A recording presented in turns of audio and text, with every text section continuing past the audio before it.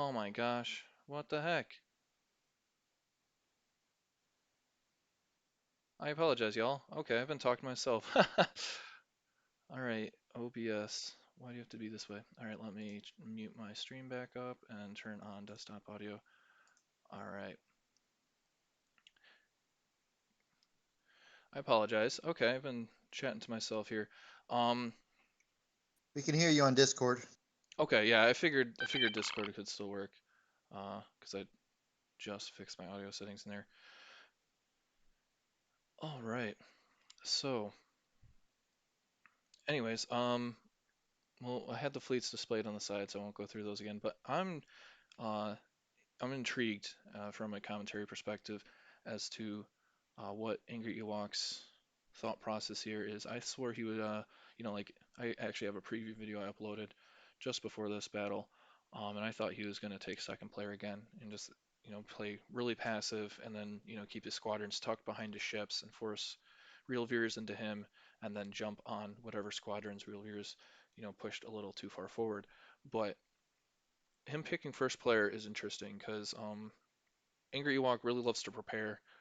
He puts a lot of thought process behind everything. His YouTube channel is really great about like what you can do to practice as a player without playing Armada. It's just, I mean, you're kind of playing against yourself, but it's in a more simplified fashion, right? And so, if you're a new player, I'd recommend checking that out, his YouTube channel there.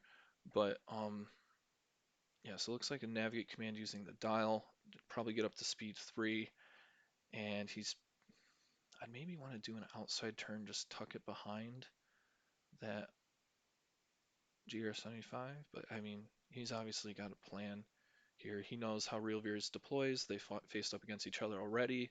7-4 loss and to Ewok. So he's really had that, time to like understand and prepare, right? I think he also watched the GP RealVeers match. Oh, he stays at speed 2. Interesting. Overlaps Hera. Help me zoom in a wee bit. So, with targeting beacon selected, um, probably need this side of the battle a little more.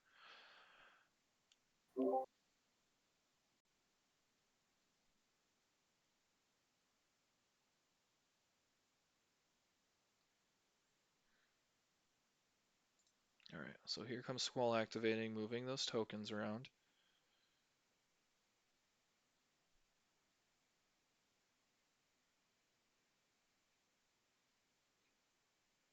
Yeah.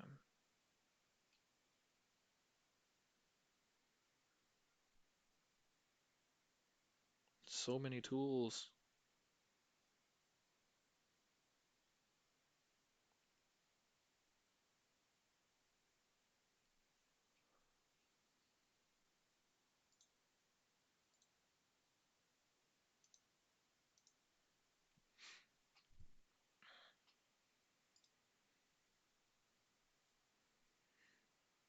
So they bounce over there. The Squall has a navigate command. Let's see, is he using the dial? Is he taking token?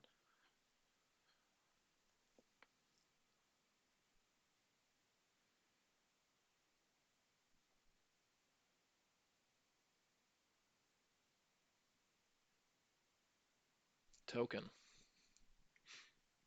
Makes sense.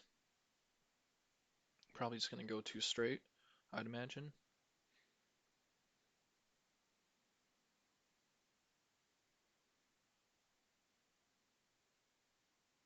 Oh, now he's doing a slight jaunt. Ultimately ending up straight though. Keep a little distance between him and the Arcton.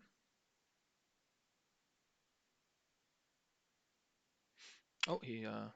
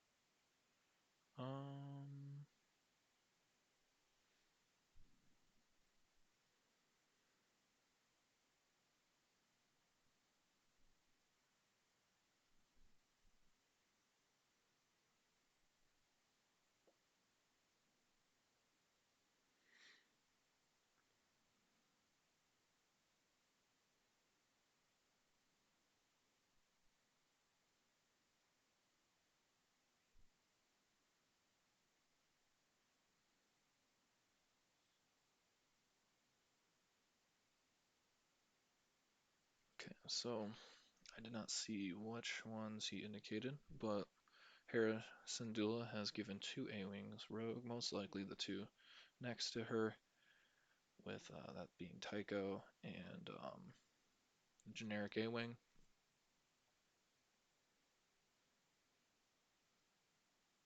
Yeah, just keeping those squadrons back, just outside Alpha range, right? But the Quasar gets to go last. That's the thing. It's gonna go last every time.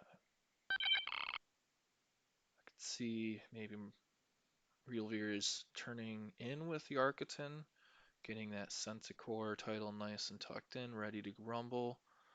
Yep, and then those Gazantes can activate the squadrons through the Centaur, and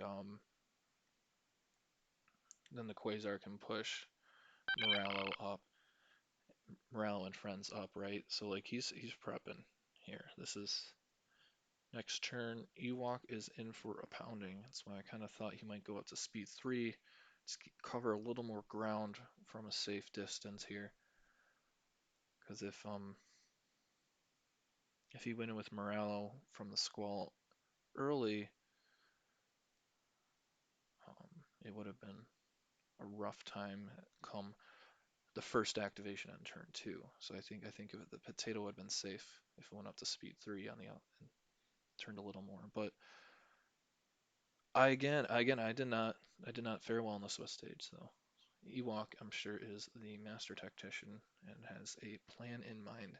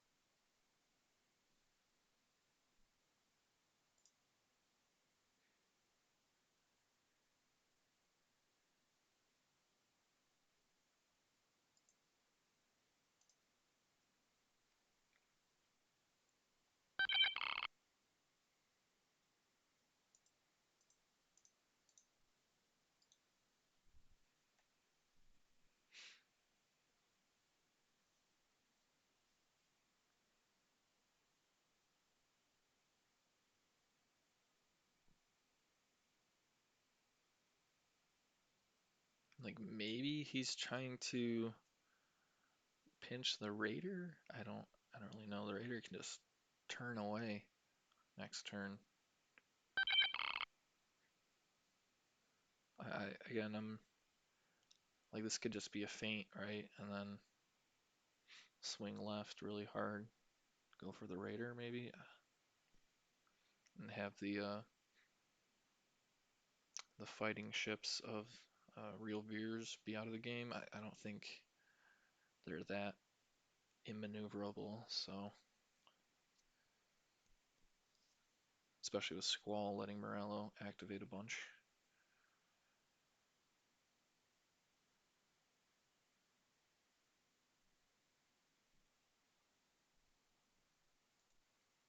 I thought I exited out of Steam.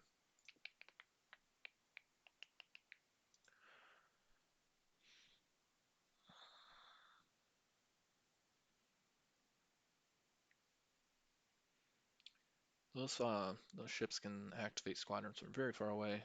You know, Centaur title, relay, boosted comms on the Quasar, a lot of stuff to keep those ships safe and let those squadrons just do all the fighting.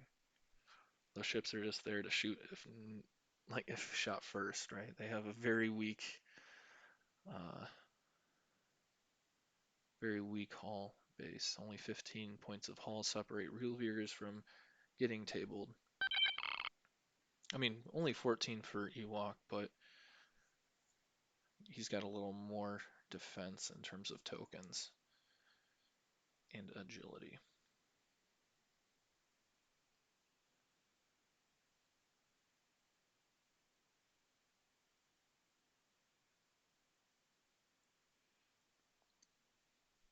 So we're on to round 2 here.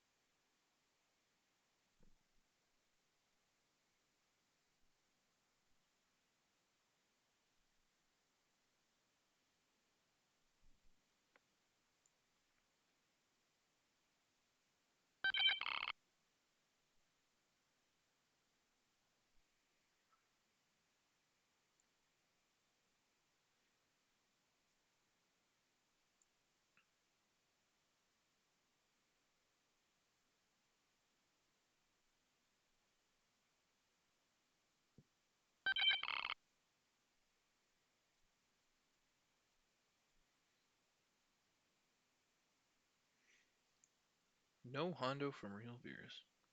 Okay. Comsnet GR75 on AngryEwok's side is the first ship to activate in round 2. It has a navigate command. Oh, undo.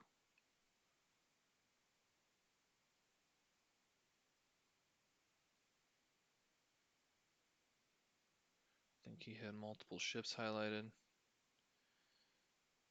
Or filugated.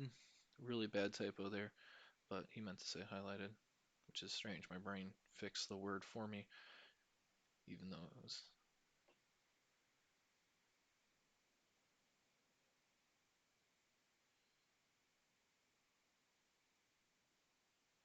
He's fixing dials, looks like.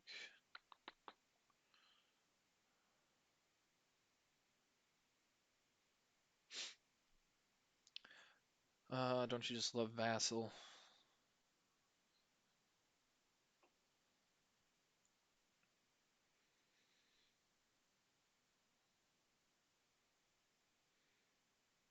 Okay.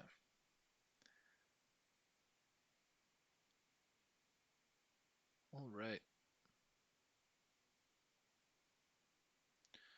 Now he's ready for real. No Hondo, Hondo, no Hondo. Okay, now we're getting to the ship phase of for realsies now. Squadron command as he changed it to. Comsnet. That's on the Comsnet Gazanti, which I believe is the yellow one. Um,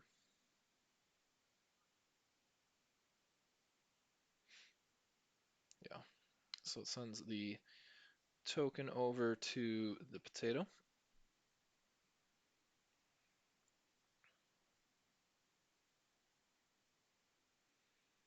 Yeah, we get those GR75s moving a little closer to where the fight will take place without being in any danger themselves. The green Gazanti or GR75, that is the boosted comms one, and that one will probably take a similar flight path. It already has a squadron token, so most likely we'll have either the squadron command itself or a navigate, I would imagine, just to get into position. A little easier since it's here on the edge.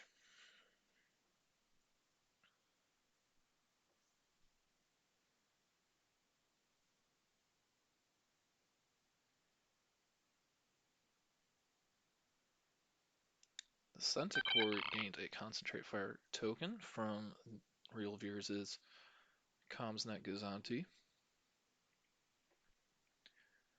I don't think it will really need it. It's got targeting beacons and turbo laser reroute circuits, so I guess you can just really be aggressive with your rerolls and really fish for mad damage, but or an accuracy or whatever RealVeers thinks he needs. Especially because he's got the strategic squadrons moving that token where he needs it to. Yep, as expected. Uh, Looks like that squadron command fizzled. Oh, backing it up. No. Okay. Yeah, so the squadron command fizzled, took a token, and lost a token. Right? You're only allowed to have one token per command on your vessel, and a ship can only have one of each token type. Command token type, that is.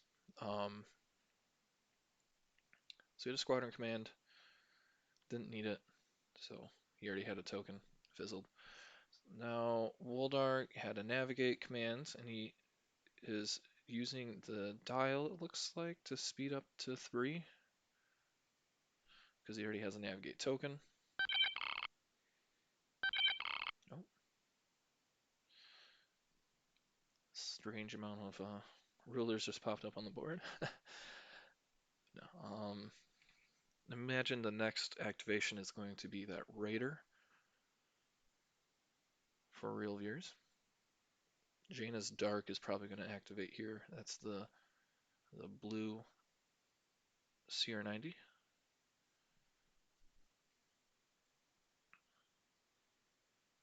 Probably got a navigate command, but you always want to keep it at speed 2 and just outside of that danger zone, right? But,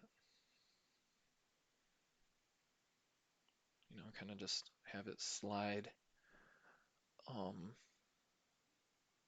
kind of not like that directly, right? Because the ship's at forward momentum, right? But slink around the battle, because the squadron battle is mostly going to take place around here. And, with the Doniger moving up, Jaina's Light probably going to try to swing around. So the Doniger is actually going to be threatened out of all the ships.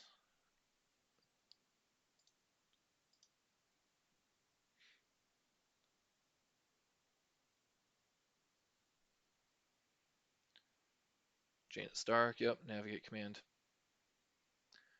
as expected. Yep,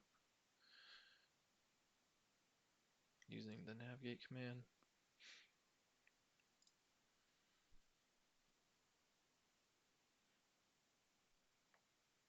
Jaina's Dark is just a CR90 with triple laser reroute circuits. Um, Nothing real special going on there. Using the navigate command. Oh, okay, so he's actually gonna go through the fight somewhat. That engagement zone I highlighted. Probably up to speed 3. Is it gonna use the speed? Well, is he gonna use that fourth slot there? Go up to speed 4, sorry. It's already at speed 3.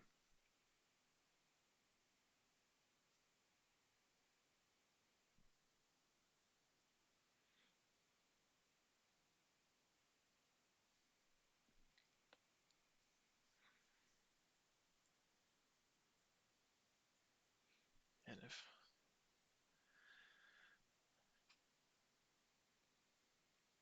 straightens the tool. He has reconsidered.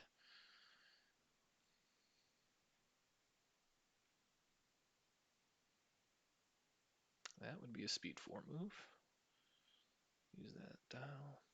Get up to speed 4 there. Yeah. Can just slip in behind and just really make that Quasar's life not good. But the thing is, next turn, those squadrons could jump on him. Or her, Jaina's Dark. Our ships are female. Oh, and he reconsidered the reconsider.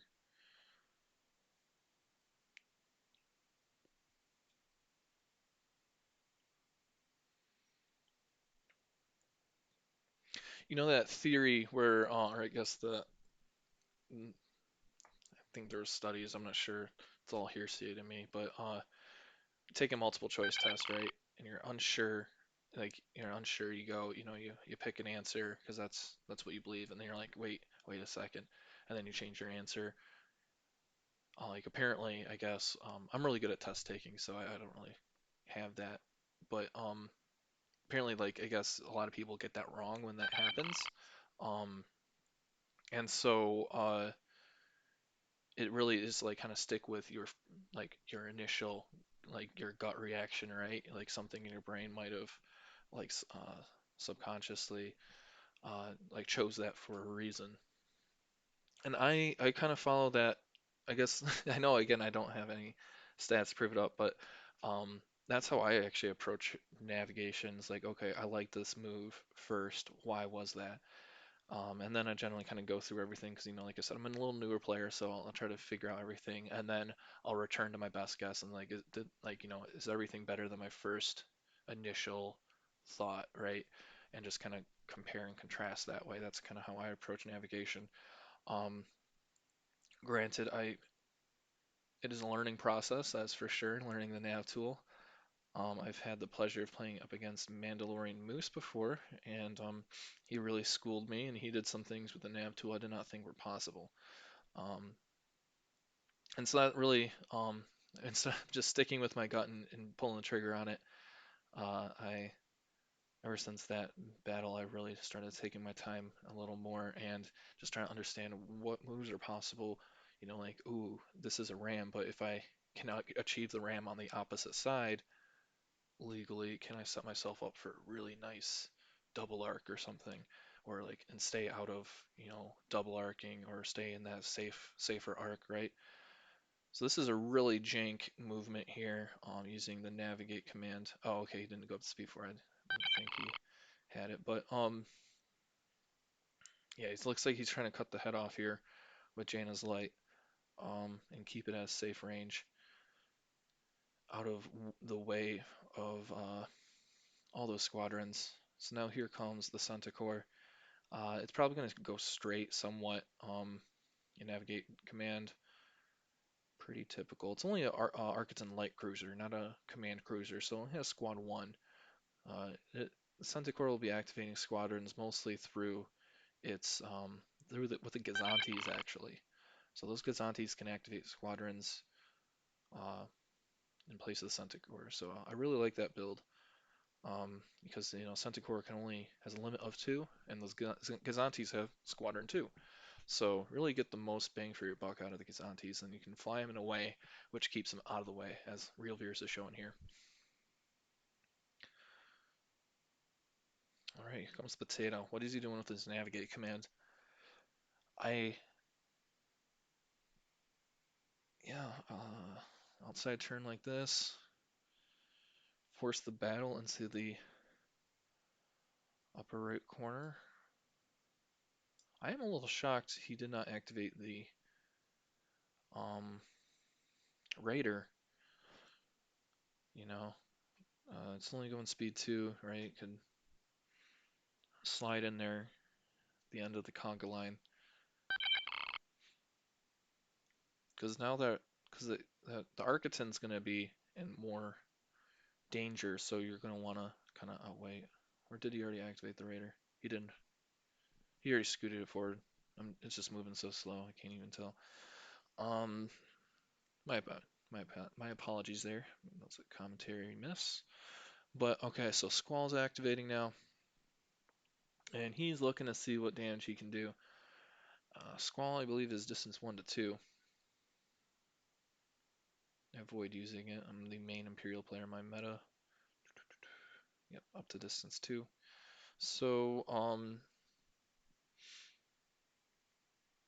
Moralo looks like he can get some first pings off on that potato there.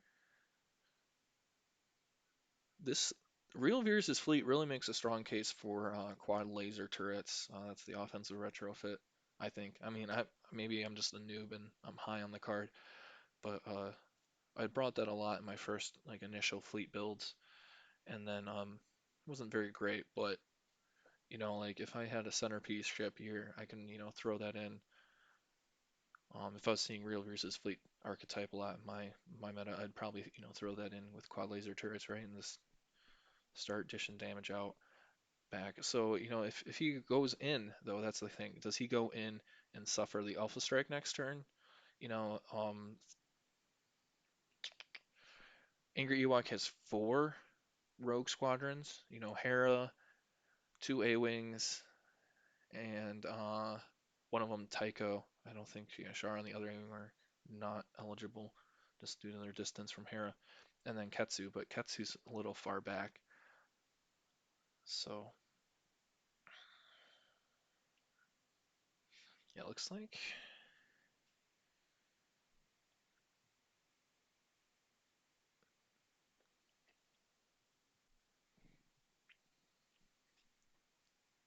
he's deciding. Does he go in? No.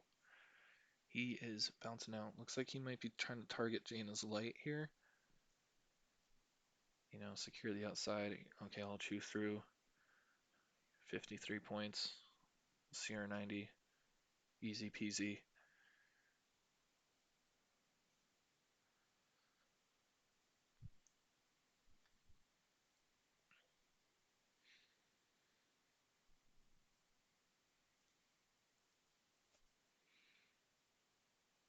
Keep bumping that token.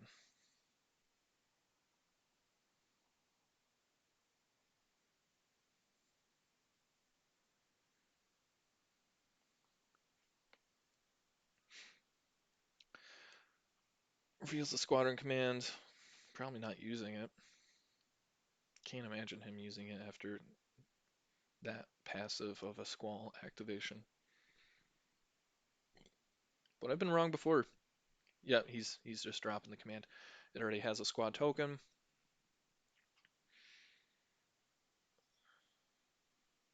Yes.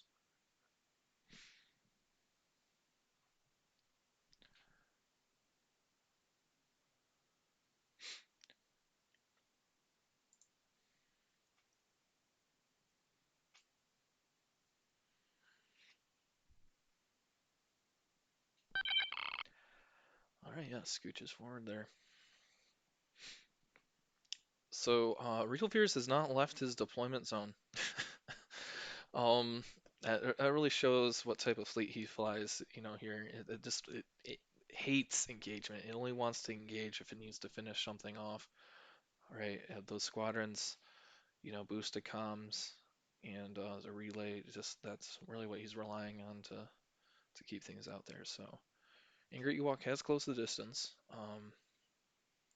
and kept those things safe. Now he's probably just bumping up his A-wings here, nestling up nice with the fleet, so that way A-wings being this. Oh no, he's keeping them farther back.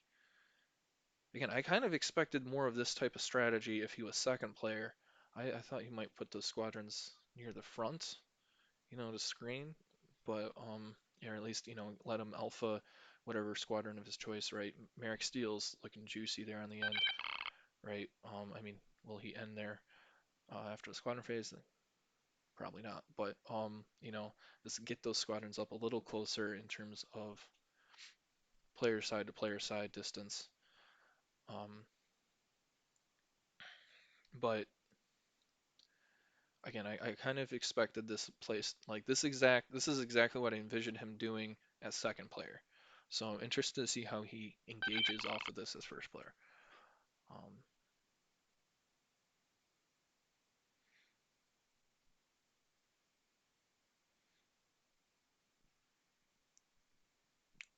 why take first? Well, first player for Angry Ewok means um he's not giving up that alpha strike ability, right? He's outgunned in the squadron game, and he knows he's going to have a hard time engaging the actual ships of RealVeers if he based off the formation he flies. And Angry Ewok took second player in their first matchup in the fourth round of the Swiss stage, and that didn't really go well for him. So I guess that might have maybe swayed him away from being second player. But I really think this is the strategy he would have taken if he chose second player again, and I think that would have worked better because he would have done most wanted, name the Architin or something, right? Something that's going to be a little more in the mix, and then let him sit back here, in this exact formation, right? But him choosing first is him saying, I'm okay with a low scoring game. I just need to snap up a couple squadrons and bounce, really. But it's gonna have a hard time doing that with flight controllers and Morello. Probably gonna just deal a lot of damage into whatever he throws in. So again, I was very surprised when he chose first player. Like I, I I expect him to do second. Yep, Merrick Steele bounces over there. We're gonna run out of boards soon. Maybe that's his plan. Just heard the Architon and the Quasar off the board. I don't think he has enough time. So let me get that ready.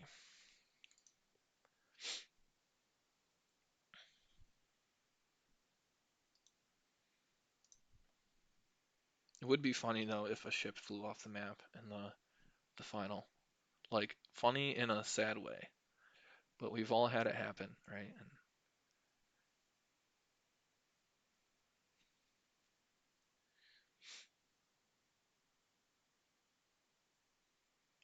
And I want to I would put Tycho up right here most likely, like just protect the edge there. Tycho can disengage if he needs to, right? He's got super. super grit. But I'll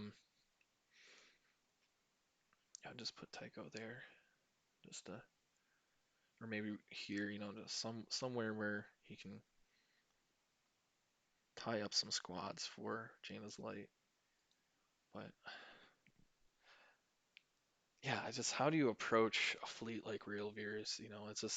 It's like 134 points of death plus, like his 134 points of squadron is pretty much just tabled GP by itself. I mean, the Arcton got raided, but really took down Demo and the Chimera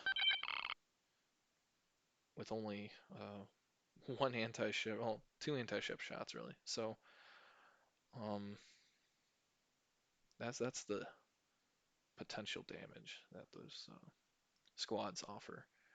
Just enough morale to make it a threat, not enough morale to make it a crutch, right? So here we go. Does it go in? Nope. Just bouncing to the outside. So yeah, if you bump those squadrons up a little closer, right, he can just dive in on Mauler. Admiral Shirano is pretty much there for Mauler and the Lambdas, right?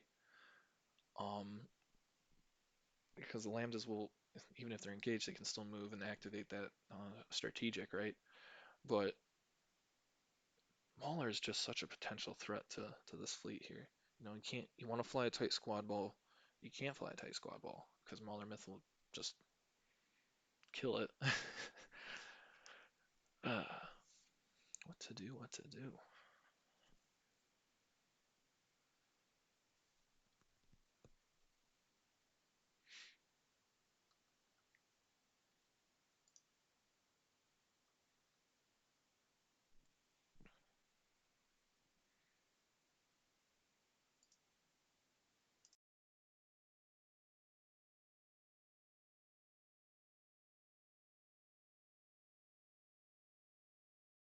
Yeah, so many squads Mauler hadn't activated yet, but still, like those Lambdas have heavy, right? So no escort.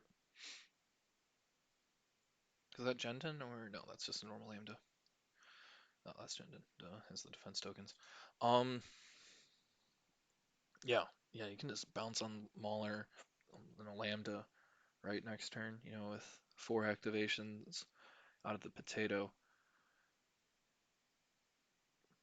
There on the edge, or maybe dive in on Morello. Because he's staying outside a distance one of. All right, too many rulers. He's staying outside a distance one of Shara, right? Can't get engaged by Shara here. This A-wing, like I would have placed the squads up here as first player, so that way they're in position to pounce. Maybe force the squads further back. Force him back on. We're around 3 now, y'all. Force force these ships to go straight instead of curve in because they don't want to overlap, right? Like some form of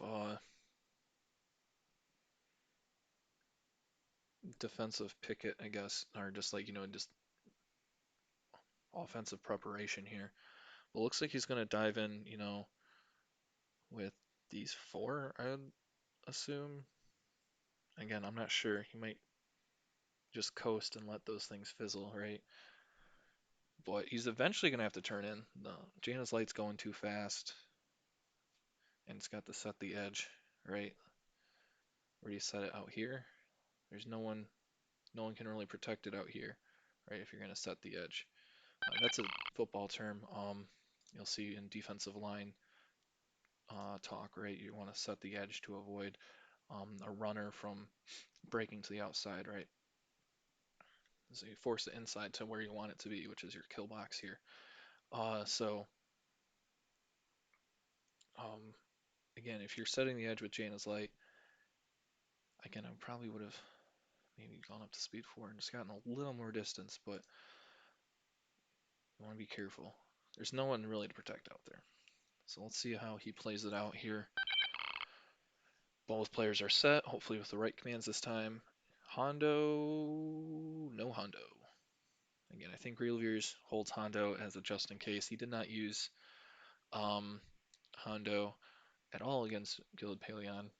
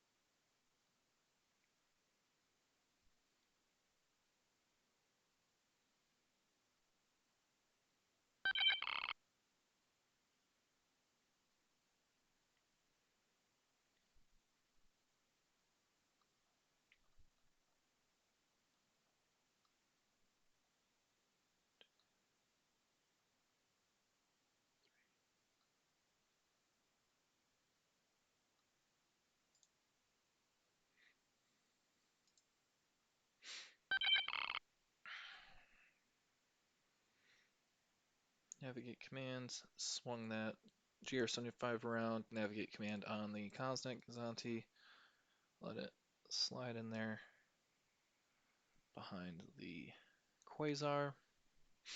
Are we going to see some combat, or is it just a bunch of more posturing? Really think it's up to AngryEwok to decide how that happens. Again, if he plays Chaina's Light here, in the more aggressive spot, right, he could be in here. A little dangerous, right? But really where I think you want to be. Jaina's Dark is not Jaina's Light, so it will suffer damage if it ends up there. Oh no, go to speed 4 with a navigate command most likely and pop it right here.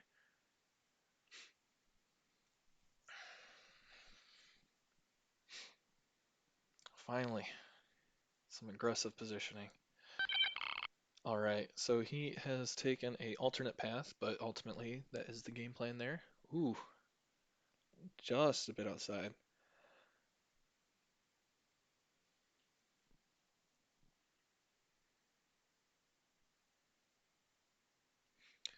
That was perfect positioning for me.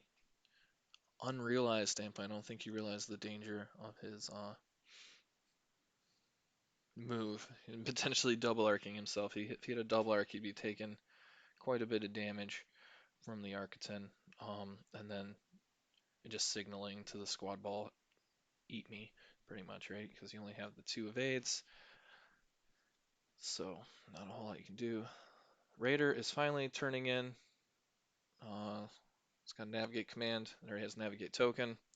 Probably bounce up to speed 4 and jump up to try to help swat this gnat off the rear of the Quasar's butt. Only speed 3. Ooh, that was tight. He successfully squeezed it in there though. Alright, so not getting overly aggressive with the speed. I like it, stay on the outside. I would not have been able to pull that off because I would have thought that would have overlapped. Well played there by uh, RealVeers. Alright, time to ram the CR90. And pretty much what position you want to be in. It doesn't look like that will change at all. Unless he's bouncing up to speed 3. Got a navigate command on the comms net goes on to, yeah, speed 3. Kick it on the outside here.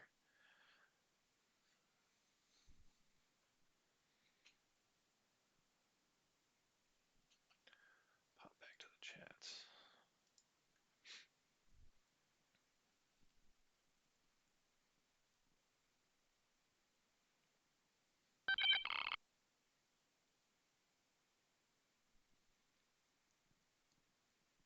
I need to get a third monitor just for streaming right now. I have so many windows open. I don't even have my telestrator set up right now.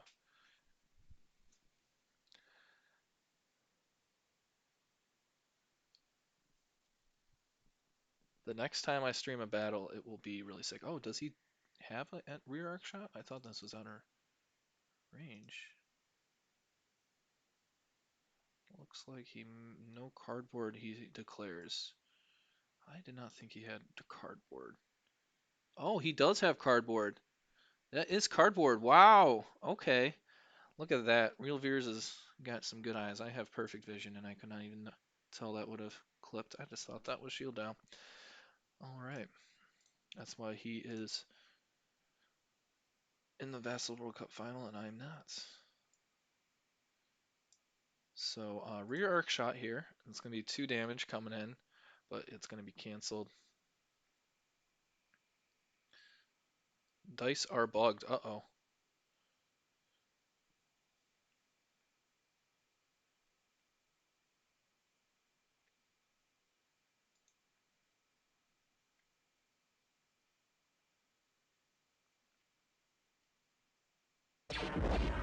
All right, first shot of the game. Opening shot on round 3.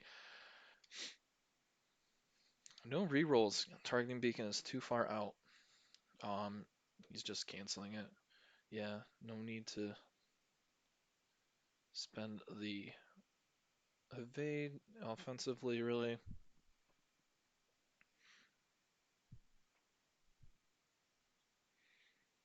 Wrong ship.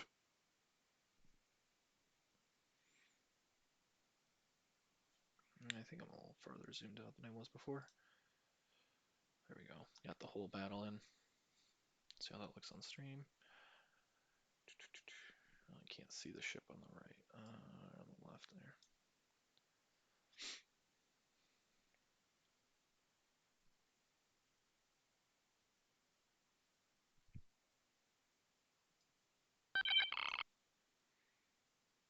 Maybe it is a little too far zoomed in, but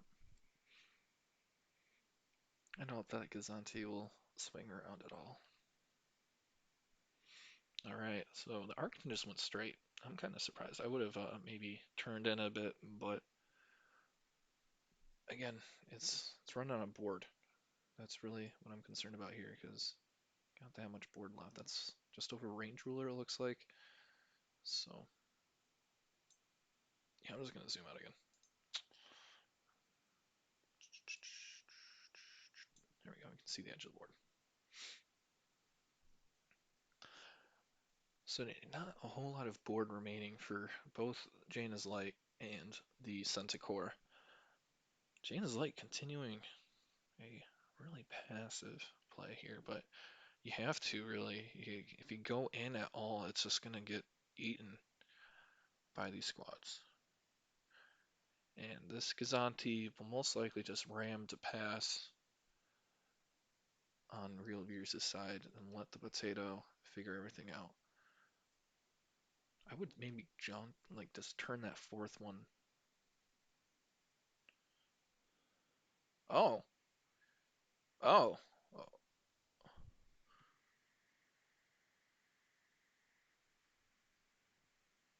okay. I don't think he wanted that.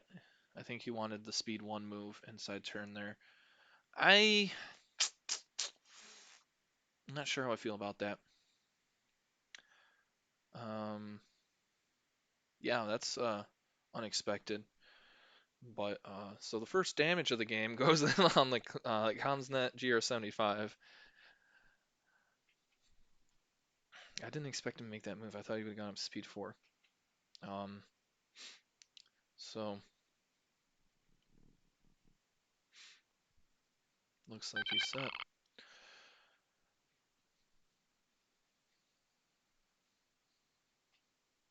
The Woldar Squadron Command, right? So even though this Gazanti is way out here, Centaur lets it activate squadrons as if I'll let you read the card there. Whenever another friendly ship resolves a squadron command, up to 2 of the squadrons it activates can be at close to medium range of you. Really meshes well with those Gazantis because they have squadron 2. You don't need boosted comms, you don't need anything, right? You just need a squadron command. And because the Lambdas and Jendon have relay, they can do some nice things here. Yep. So he's pulling Morello back. He's like, okay, you're not engaging just yet. We're gonna hold off, hold the line here, and bunch my squads together to counterattack. Again, I really think he should have bumped those squadrons up to the front of his fleet this turn and made them ready. Okay, here we go. Squadron commands activating, move morale back. Fine. Mauler Mythal going in, trying to see if it can melt a evade. He got it. Goodbye evade. So that's discarded, most likely. I don't see why. Oh, he's sloaning the redirect. I would have melted the evade. But again, he is professional. Not actually. I wish there was professional. I'm not seeing. But no. This is the closest it gets. Uh, no money on the line. Just a blog post, really. Now the GR70 or the Gazanti is way out there. You can't even see it on stream because of my overlay thing. There it is.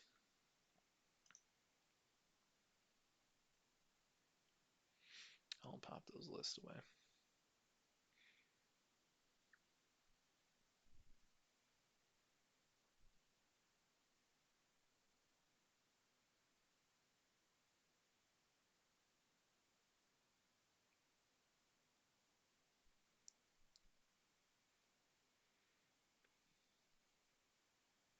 All right, now he's considering do it. Does he alpha in on Mauler? I don't like that though. I think again, I think if he bumped up here, taking Mauler and one of the lambdas out of the fight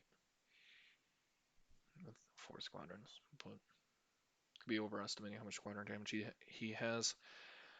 The only thing I would have changed about AngryEwok's fleet is maybe throwing Bright Hope on one of the GR75s, and then again, that's just one thing there. And then I would have upgraded Ketsu to Lando. You know, the double bomber is wonderful, right? But Ketsu doesn't really do a whole lot. Yeah, even if they're engaged, it slows them down. Fun, right? He's got Admiral Chernu, right? Perfect counter. But in theory, right? But the thing is, Mahler can still move. It doesn't stop him from moving at all. If Ketsu was remade, I can imagine that being her fix, right? Because Ketsu was made back in the Intel days. Oh, he's elfing in on Mahler. He's like, get the heck out of here, Mahler. So this is a generic A-wing. 3 hits. Wow. Uh-oh. Careful with that LOS tool.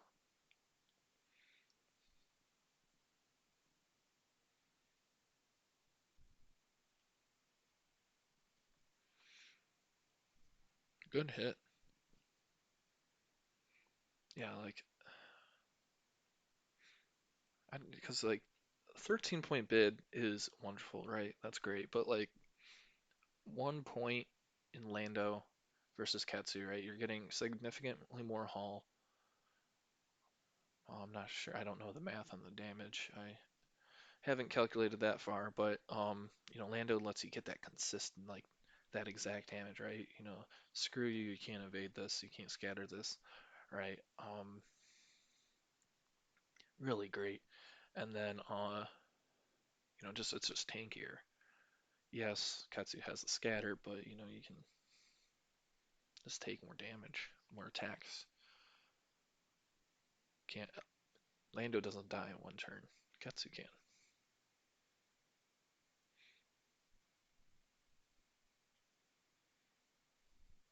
Only activating the 1 squadron with that. Intriguing.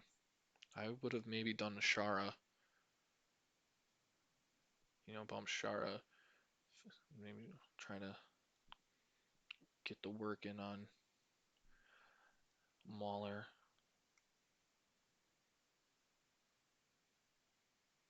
Overlapping Shara.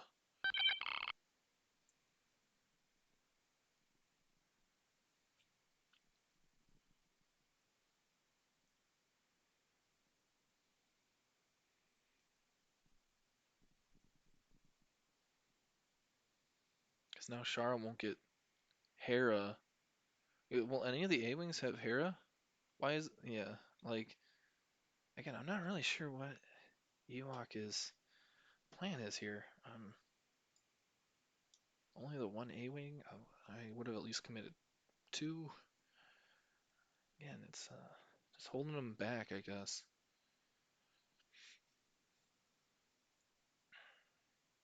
Really cagey game here. This is not something you'd see in my meta at all. We fly pretty much straight head on. Alright, here comes the fun. Squall activating, triggering Morello and friends to bump over. Morello moves, and the Lambda moves, triggering strategic, moving that token over. Because now I think Ewok's kind of shown his hand. You know, like, okay, if I go for the potato, if you go for the potato right in the middle, you toast. But now that targeting beacon's right there, lined up, ready for the potato. Maybe he's just trying to feint this A-wing, like trade the A-wing. Okay, now I can swing in and take down the Arcton, right? But like again, I would have tried to get Jaina's Light out here, and secure the edge. I know he wanted speed one and kind of angle it more this way and kind of get a conga line set up, but kind of wanted to make him stretch the squadrons out. Some big misses there. Um, Real big misses. So he got crit ack and ack looks like on the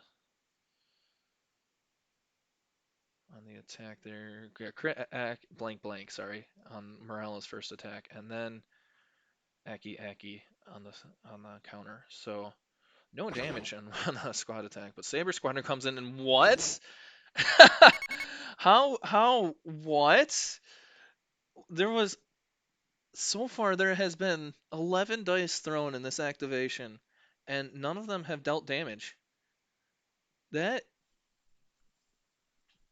I think that might be a new statistical record. That's crazy. Oh man. Even the counter did no damage. There's just like some form of stasis field, right? Just protecting the squads at the moment. You know, they're flying through a nebula. All right, here comes another morale activation, it seems. The Lambda shuttle activating. Gonna throw, what, two black and a blue with the flight controllers? Even the swarm reroll got an accuracy though, like this. Like, jeez. Someone do the math on that. That's nutty.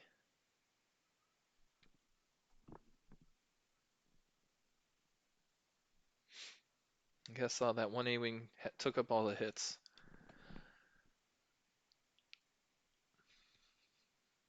All right, Morello. Well, he didn't attack with the. I guess he didn't want to suffer the count. Another miss. Oh no, one damage. One damage came in. One damage. Oh man, this A-wing is just a champ. Whatever he's got, he's just ducking and weaving and deals more damage in return, but he gets braced down to one. So far, only 3 damage this turn. Right? Okay, so now. Oh, there you go. 2 damage coming in from the Lambda shuttle. Lambda shuttle showing Morale Evil how to do it. Like, this is what I pay you for. I pay you to shoot things. So now he's got to commit another squadron in to finish the job. I'm sure that's not what he intended, but you know, it's what's got to happen. There's 2 attacks coming in here, you know. Yeah, I would have. Is that Lambda shuttle in distance 1? Oh, dead. Dead. Okay. Two misses. 11 points for RealVeers. All right, we have our first points on the board. Um, he bounces away.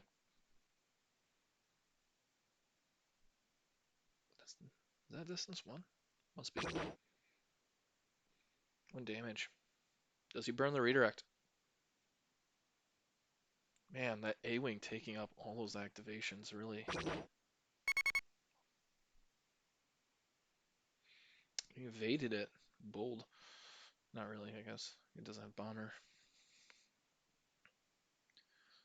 Alright, here comes Merrick. The final squadron activation, I believe.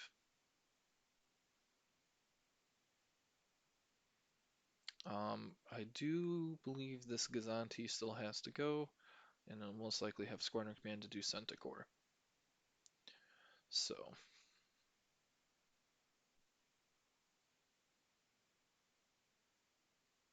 he did activate Morello.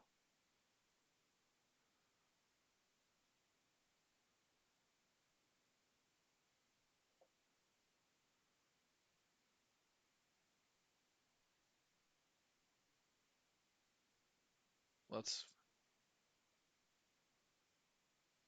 let's see. All the squadron shenanigans, it's just really hard to keep track of. Again, Morello's token plus Squall. Let's roll the attack. 2 Ackies, set one to a crit. That's exactly what I want to see. Whatever you think this is fair, keep going. Alright, again, I think he activated Morello on accident, maybe? I don't know. Hard to keep tell. I won't be the one to judge. I'm sure someone else, like Irish or someone, will catch it.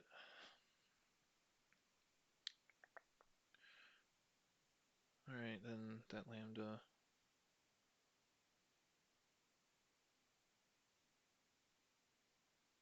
Ha ha ha ha ha. He only activated 1, 2, 3, 4, 5, 6, 7. How do you get 7? Because he activated these two. I think he really did this on accident.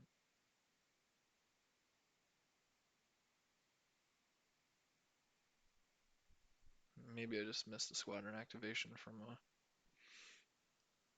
Woldar.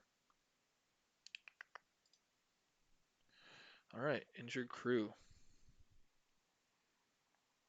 Choose and discard one of your defense tokens. Ooh, and then flip face down. Rough. Not better than a Sloan, but it ultimately still was a Sloan. Okay, so the fly has been swatted. Looks like this CR90 is the target here, and now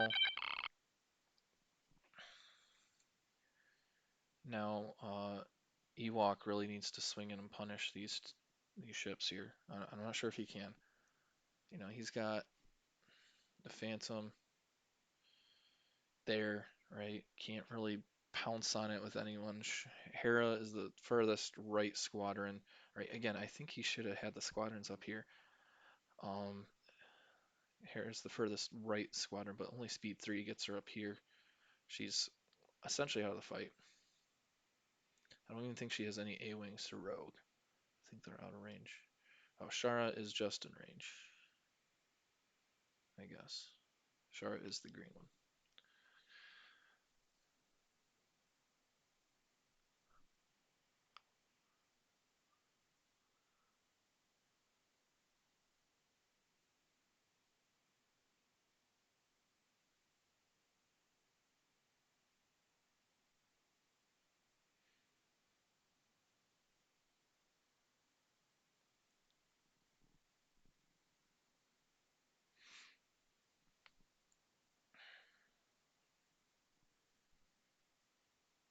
Boop, Shara bounces in, does Shara stuff.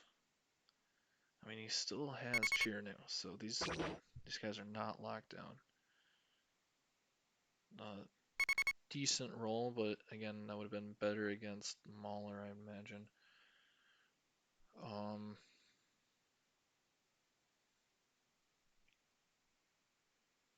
Like again, this A-wing is just out of nowhere. Really think He's in for a tough time now. Yep, set it up for the alpha.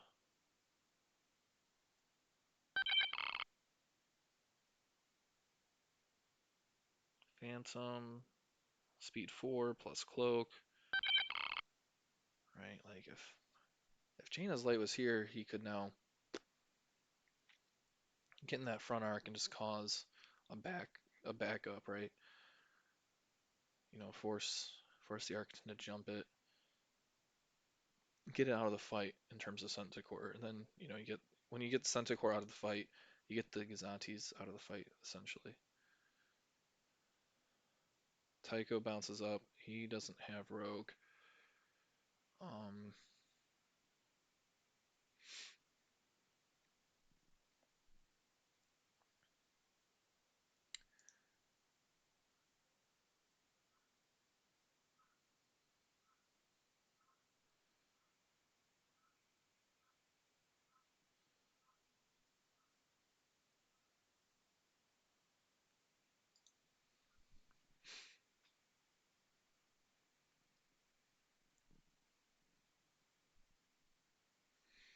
all right, round 4.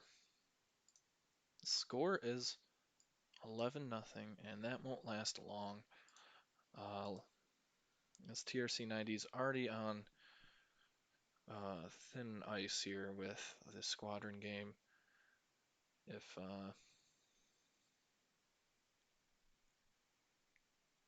again, if you feel like I said, it'd be here and most likely dead. So I like where you ended up.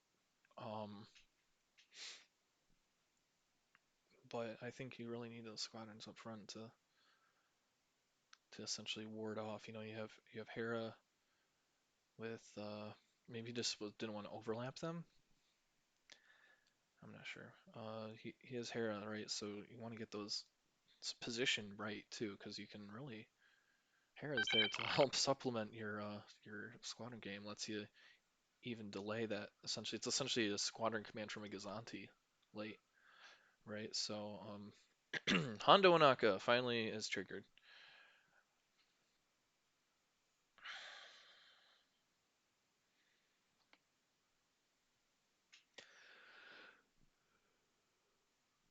Gosh, what do you give? Squadron and Nav for E. I'm guessing that is me. Squall gains a squadron, and the Comsnet Gazanti gains a navigate.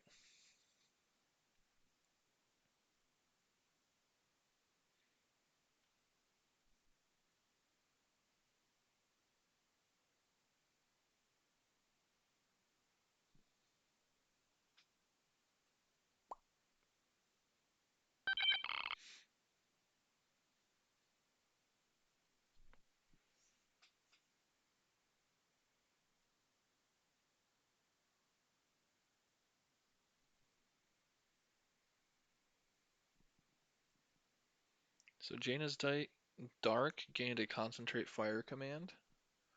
I'm most likely gonna flak really hard, I'd imagine. I am unsure of what the plan is. I don't think he has anyone in range. I think the Quasar moved out.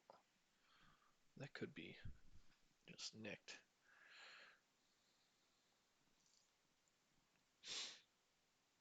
Maybe go for that Gazanti. Again, I don't think Gazanti's worth it. Have nothing to follow up the damage with. It's probably flacking. Activates the boosted comms. Squadron command, probably doing all three that it can. Oh, I guess no, it's probably doing the A-wing and then these two. So pushing Tycho. Tycho can bounce around. He's going for Morello. I think you have Merrick Steele right here. I think you maybe get him. Shoot Merrick, bounce out a bit. So that way Merrick has to jump really far to dodge re-engagement.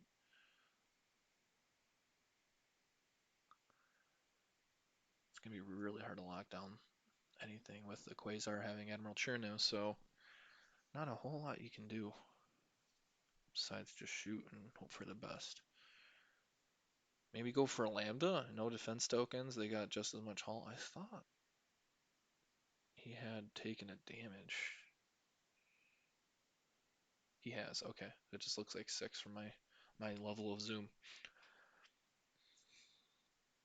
So yeah, you can either go 5 hull, 2 braces, or go for one of the Lambdas. I think the Lambdas might be worth it a little more.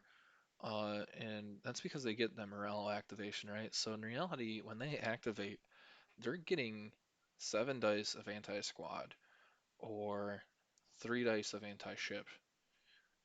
So I think that's a little more dangerous than Merrick, and then a little easier to chomp through him too with only the 6 points of hull, no defense tokens.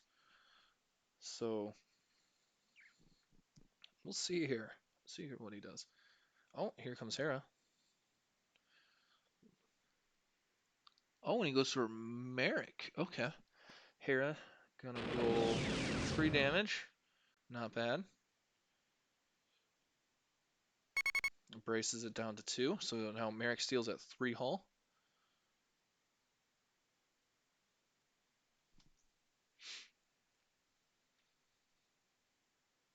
Sharabe.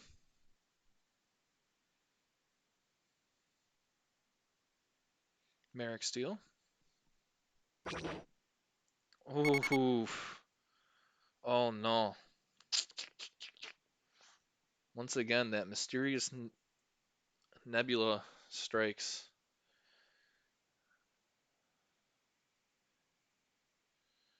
All right, and then did Tycho activate?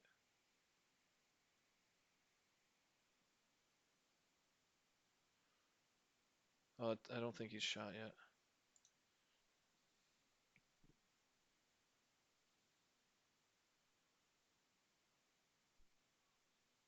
Okay, I think just how AngryEwok was activating things confused people, including myself. All right, so all right, Ewok's moving Tycho into the middle of the pack, slow everything down. Right, you have Emerald Shiranu. I'm gonna make you use him. He's 10 points. Show me how good he is. So Tycho just flying in the middle. Boom. Yeah, like I said, I would have really liked to see. Oh, that's 3 damage. So that is a 1 HP Merrick Steel. Again, I think he really should have gone for that Lambda. It's at 5 hull. It would have been dead. Like, he had it in arc with Hera too, as it stands. So I think he should have gone for the Lambda because that's just more dice that's getting thrown around. The Lambda can Sloan. The Lambda can, I mean, unlikely now with all the engagements. The Lambda has the Sloan option. The Merrick Steel is, the best squadron in the game, probably, especially like from a points perspective. But still, Lambda's given morale of those activations, and it's actually extra now that I think about it, because Squall, I guess now it's engaged, it doesn't really matter. Squall doesn't matter, but like if you get rid of the Lambda early, it can't trigger those morale later down. So I'd like to see what you guys think though. Would you have gone for Merrick or would you have gone for the Lambda shuttle? Both are at 5 hull. Merrick Steelhead, both defense tokens green. So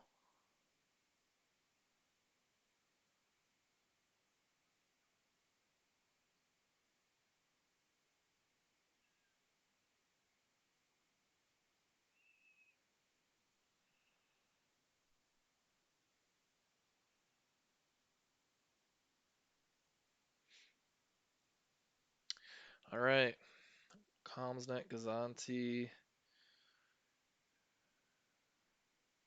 gives it Squall a navigation token. Wow, I'm kind of intrigued because now.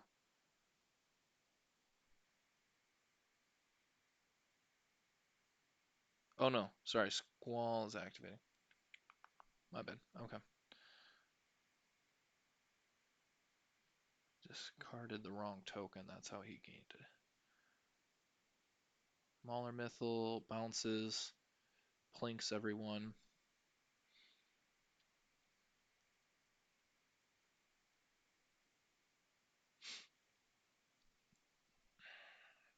Because again, like if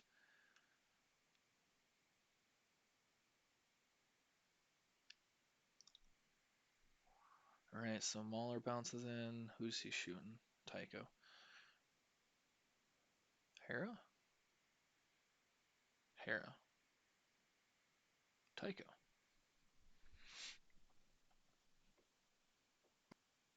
Ooh, wow, that's a lot of damage. Jeez. Flight controllers is good. Slowing the scatter. So, exhausted and locked. I think if they FAQ'd Sloan where she didn't actually lock, it was like I think it'd just be a little more fun to play against. Um, ooh, rough, rough cookies there. That's two accuracies. No damage coming in to Mauler. Lambda shuttle time. Bounce around. Give Morello an activation here. He has a grit, so he can move.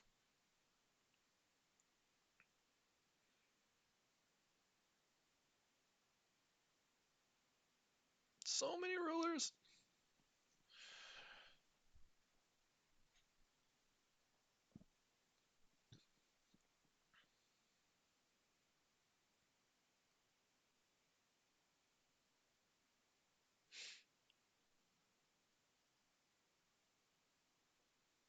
Okay.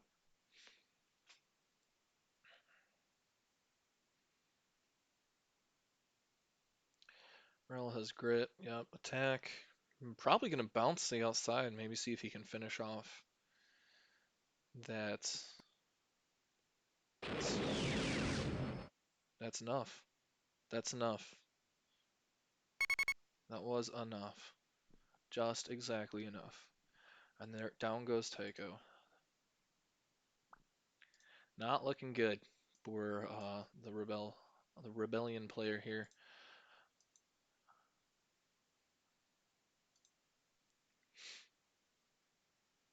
And he does get a return shot in finally. But Tycho Selchu was short for this world. The Lambda Shell is now attacking Hera. Burns that brace. Thankfully she didn't need to use it, but Space Mom is not looking great without with the red brace token, you know. Because gosh, what comes in next? What are you throwing next? The Phantom? Saber? Ooh, Saber. Yeah, probably Saber. After the Lambda, that is.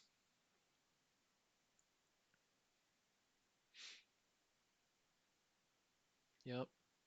Get in range, bounce the token up. Morello bounces up just outside of. Can't be there. That's overlap. Is that overlapping? Uh, that's a lot of damage. And that's a dead brace. Oh no, it's a locked brace.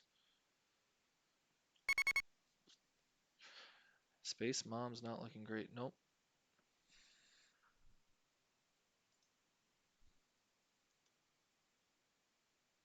No Sloan.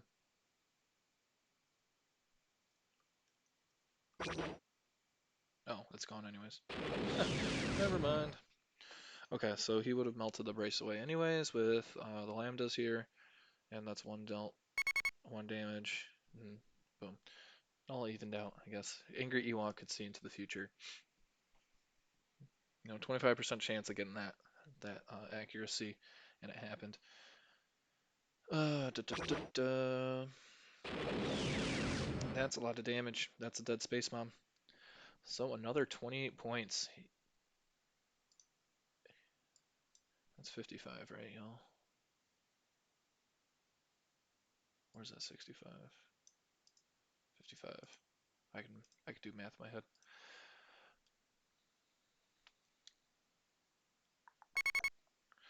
All right, save your squadron.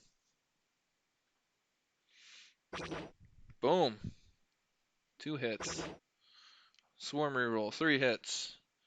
It's a lot, or burnt scatter with Sloan, 3 damage. Brace down to 2. Yeah, I mean, it would be dead if you didn't brace. So, no counter. Shara's sad.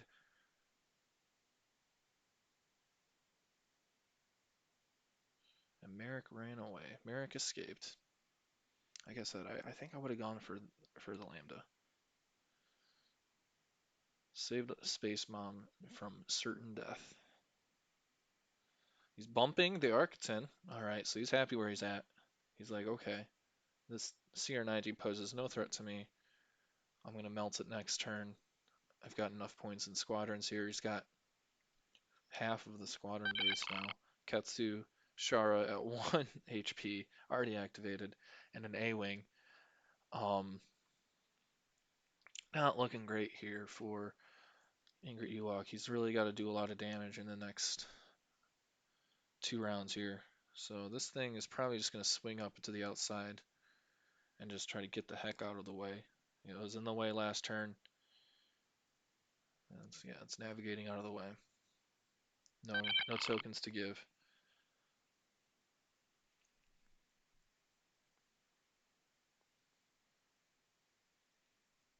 Because I mean, like even Jaina's Dark, if it was gonna flak, it can't flak now. Ah, flak.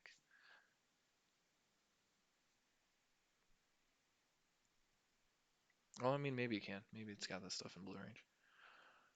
For some reason, I was thinking it was Arcton. It's got that black flak, but the blue flak should be sufficient. But again, I'm not sure what it will shoot and hope to kill. Uh, Merrick was able to escape.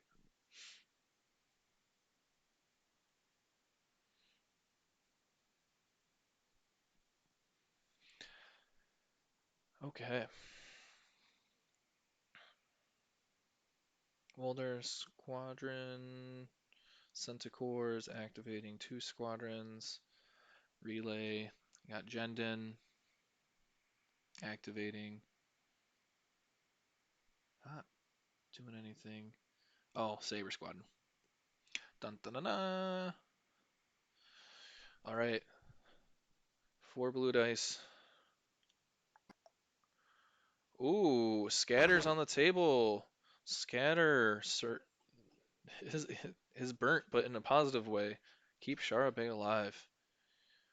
Unfortunate for RealVeers there, but he's already had a good strike at things, so he just needs Mauler Mythil to finish her off, really. Boop. Morale is activating. Gonna finish off Shara. Take the damage. Call it a day. That's dead Shara.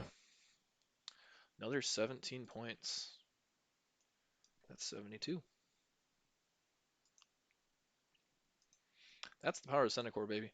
This thing is way out of the fight. Um, it is not close to being off the board, though, in case you were concerned. I really hope he makes that move, because then I can keep it on the board, or on the screen somewhat, for the stream purpose here, but, yeah, thank you. You could have just as easily just flown this straight. So far, RealVeers has only thrown 1 dice. There's only been 1 ship attack, and it was 1 red die. Um, really, really passive game. So,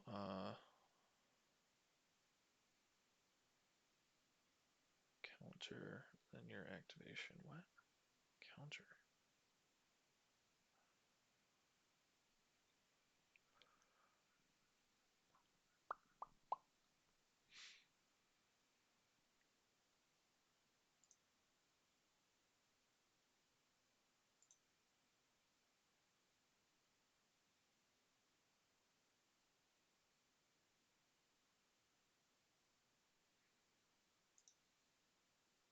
Hello? Hey, Hi, this is Ewok. hey, Ewok. So I just had a power outage here. My router's coming back up, but if y'all could just tell him that I'm trying to get back up, just hold.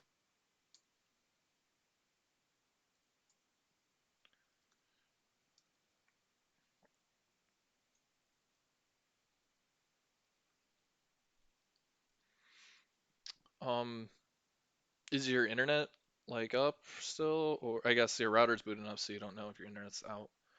I know when I had power outages, sometimes it would be people hitting like telephone poles and knocking out the internet, even if we got power from somewhere else.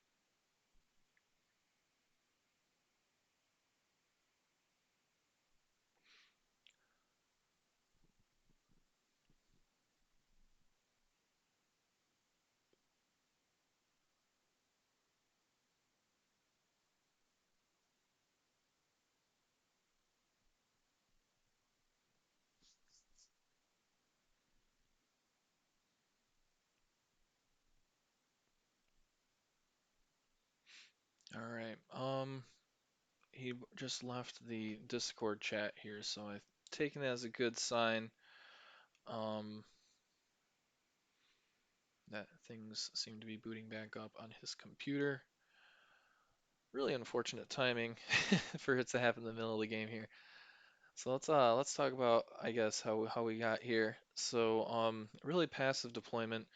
I don't think really. I think maybe he's left his deployment zone now with that Architon here, just barely probably, but maybe not. RealVeers has not left his deployment zone at all. He's except with the exception of the ship I just covered up.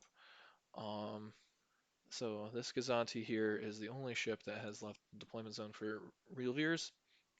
And again, after choosing first player, uh, he's taken a little more passive path than Gilad Paleon, for example, and swooping in here. Um, but turn two, he was pretty much pushed the board state, so he was parallel to each other here. Got two broadsides facing off just outside of range of each other, really, and this no man's land where the squads lived. Um, if he if he was able to get Jaina's light where he wanted it, it would be kind of here-ish actually, in this box here. And I'm not sure what exactly he'd do with it, but in that position, but he could secure the edge, and really just force the ship to either bump or uh, go straight off the board, which probably choose the bump option, right? But that's extra damage you're dealing, right? You're gonna punch through their shields. But this potato in its current state, Hello. hey, Hi. Um, this is Ewok. I just had a power outage. I had to mhm, reset my router. My router's starting to come back up. yep, Just tell him I'm coming. Tell him to hold on. okay, Um, I'm not. I don't know. It just there's a big thunderstorm here and it blinked on me. It's taking me a minute to come back up. I hope it comes back up. yeah. Hopefully your internet didn't get knocked out. Yeah, I'm pulling data right now from my phone through Yeah, Discord to talk to you. So I'm trying to. Honestly, I'm almost to the point where I don't even want to play. It's sickening. Getting activated, getting shot. It's dizzying to try to keep track of how many times he's fake shooting me. Like Morales is shooting me like yeah, 5 times around. I mean, it's just disgusting. Like if you can do that, why even play with ships? yeah. It's a tough fleet to fly against. I was a little shocked he didn't go for that lambda earlier. and chose Merrick. Well, to go for the Lambda earlier might have worked, but honestly, I dove in too soon. I thought that I was gonna be able to. I think my internet's coming back up. I thought I was gonna be able to stretch him a lot farther than he did. Mm-hmm. Yeah.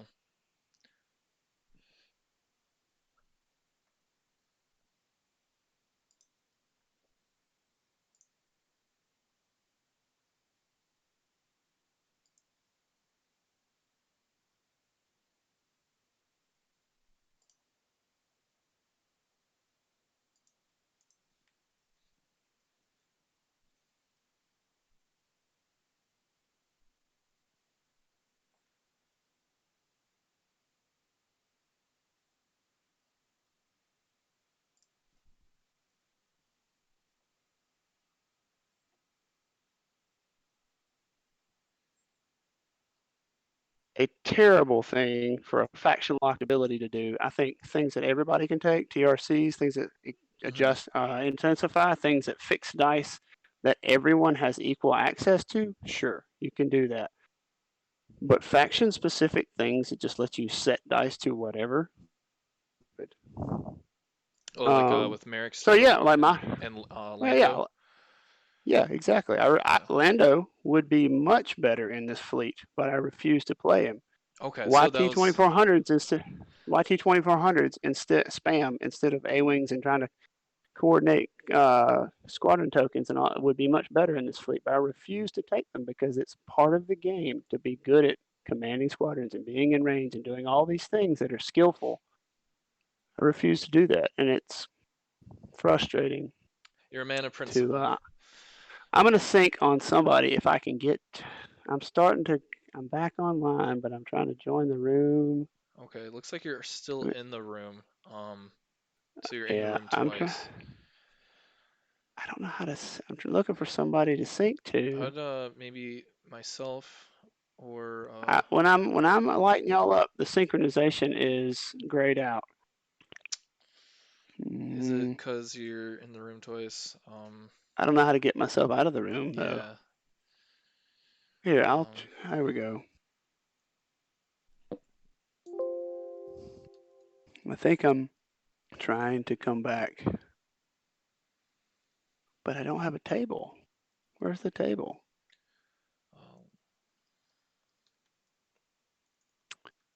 uh, Uh, how do I not have a table though? I think it's 'cause you're sending game info to AngryEwok. There we go.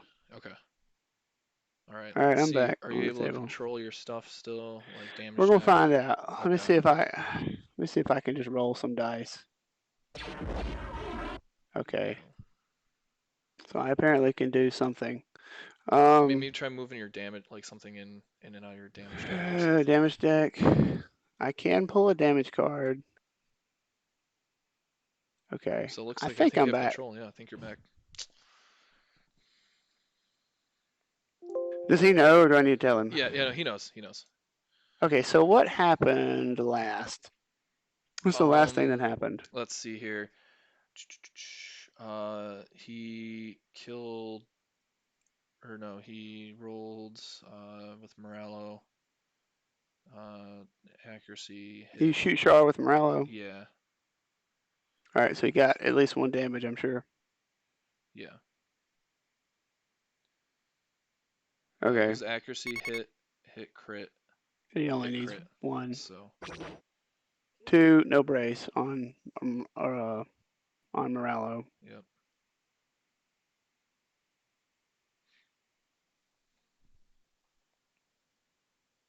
It's just not fun. Like it's not two gentlemen in a duel. This is just haha gotcha. Like freaking play me. Yeah, no, it's very uninteractive, which is It's unique, well, which it's is a run, something I and didn't think was possible for Armada. when you can run to the corner and fight with nothing but your squadrons, something is out of balance. It needs to be fixed. Yeah. That should be readily apparent and obvious to everyone in the room. No, I think everyone is kind of aware of that. Yeah, but he doesn't have the internal. He chose what you put on the table in a tournament says more about you than what you play casually. If you put it on the table, you believe that it is fair and balanced, and you have no excuse. All right, so it's my go, right? Yeah. So counter and then your activation is what he said All before. right, That's where we so had the disconnect. what's he? He's got a phantom left. Okay. All right, here we go. All right, we got a squadron command. We're going to use. All right, so I'm going to get off just because I don't think it's probably good for me to talk to an outside person during this. Hmm. If y'all want to do a post game thing, Yeah, I'll I'm willing to happy to do it, stay but on. if not, that's fine. But I just don't think it's right for me to be talking to an outside advisor or person during this game. Understandable. All right, well, I'm going to get out of the chat. All right, we were joined by AngryEwok there. All right, so hopefully we're back in business. And his internet stays up through the thunderstorm. Um, I'll pop down this list again here. So once again, rulers come out.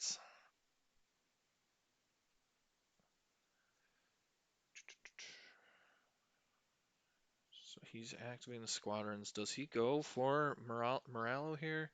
You know, Moralo's got 3 hull. Can he scooch that A-wing out to the outside just enough to get... I guess it doesn't even matter if it's out to the outside enough. Can Ketsu get to the Moralo? That's the question.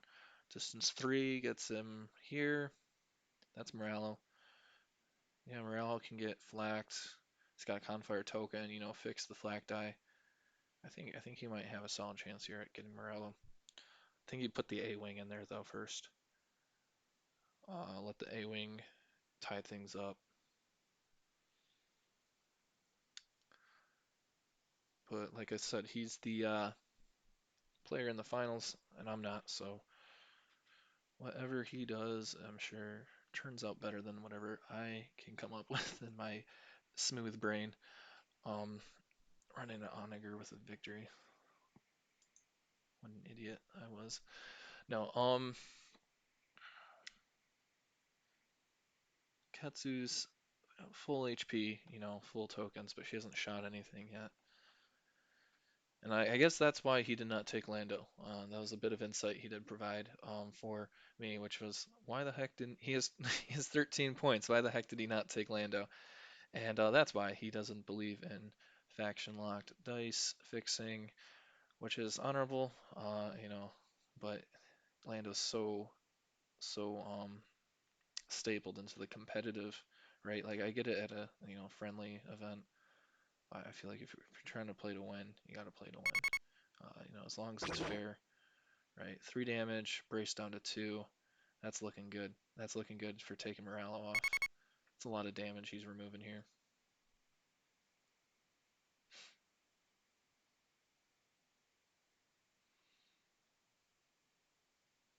Is Katsu speed 4? Is she speed 4? I'm thinking of Lando. That is the one advantage Katsu has over Lando's. Katsu is speed 4. Um, so let's her stay safe. I would maybe put the A-wing up here. No, like try to get it on the edge of Moralo and make it really hard. I mean, I guess no matter what, Mahler can just plop it where Moralo wants to engage both of them. But yeah, Katsu have grit. I never take her, so I don't know. She does. Okay, so we have Katsu Onyo here and an A-wing shooting at Mahler or Moralo and potentially taking him out. What are we doing? Ooh, undos. I really don't like the YouTube chat in the Vassal. Well, that would just maybe the version of Vassal I have. It's posting YouTube text. It's a little bothersome and annoying for me at least. That's a dead Morello Evol. Gosh, he's 23 points, correct. All right. Just verifying. 22. Bosk is 23. That's who I'm thinking of. Bosk. 22 points. So truthiness, of the Steel Strategy blog, which, you know, he's the third member of Steel Strategy with Biggs and Schmitty, and he just posted an article about squadron changes. He'd like to see. Mainly it was around points, right? I think it was a little controversial because he kept the YT 2400s at 16 points, but that's just me as an Imperial player. Um, One of the changes he suggested though was Morello cannot move on his activation, or on his strategic, or on the objective token movement activation. So that was the thought process there is, it would heavily nerf his mobility, which is, incredibly high, right? One squadron bumps it up, right? He moves really up to distance 3. Another squadron bumps it up, he moves another distance 3, and now he can activate himself and move another distance 3, right? So that's a lot of movement. He can bounce around. He's got grit, so he can position himself in perfect position to engage one person, shoot, or engage two people, right? Shoot one person if it kills it, right? Like such as a TIE fighter or a generic A-wing, with 4 dice, there's that potential to just one shot it, right? Okay, second shot, follow up, kill it, bounce away, something like that, right? You just have a lot of mobility, and it makes it really hard to kill him because it's like cloak, but not priced as well, right? So, really tough because cloak is only distance 1, which I think is a nice part of cloak. So now here comes Jaina's Light. Again, Jaina's Light wanted to be a little bit farther where it is kind of where the defensive tokens were for the space potato. That's where he wanted it, but then ended up bumping um, the Comsnet GR75 on accident. So we'll see where he puts it. I think I would do 2 on the end and that's it. Maybe 1 on the end, right? Just kind of pinch it. What is going on with his movement tool? All over the place. Okay, so the range is roughly here. So he's going to go into long range here if he makes this move. Unless he goes up to... I don't see him bumping. He just want to bump. Maybe inside turn speed 4. Inside turn speed 4. Straight would be fine. Straight I think would put him at long range. Um,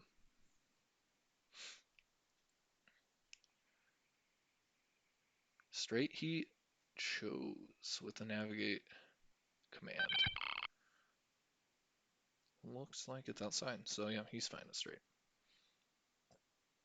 This still has to go. Jaina's dark. Times are dark for Jaina's dark. It's most likely going to swing off to the left here. Or I don't know what he's going to do with it. It only has 1 defense token left. It lost all its front shields and its redirect. So the squadrons can just go to town on that undefended hull zone there. I think I would have signed the tokens set reversed, but those are from Hondo, so he chose how he wanted those to apply. I think he had a navigate token on Jaina's Dark initially as well. What feels so long ago. Here comes the Raider. So the Raider's turning in here. It's like going at speed 3 at the moment. It's got to navigate dial, which it is using. It can slow down to speed 1 if it wanted to with a token that it has. So nothing really needed there.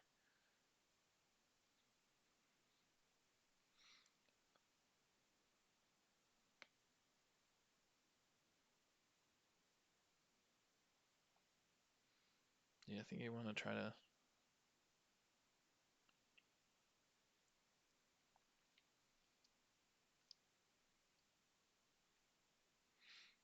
What's the nav chart on a Raider? I don't fly them at all.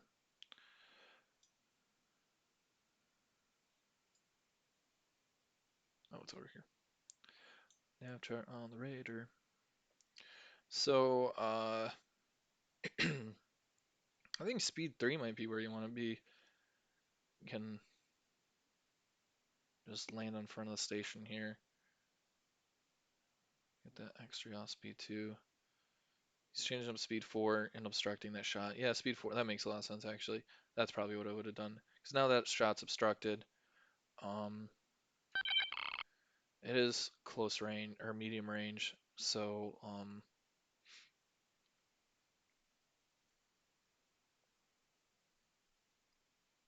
he can throw a shot.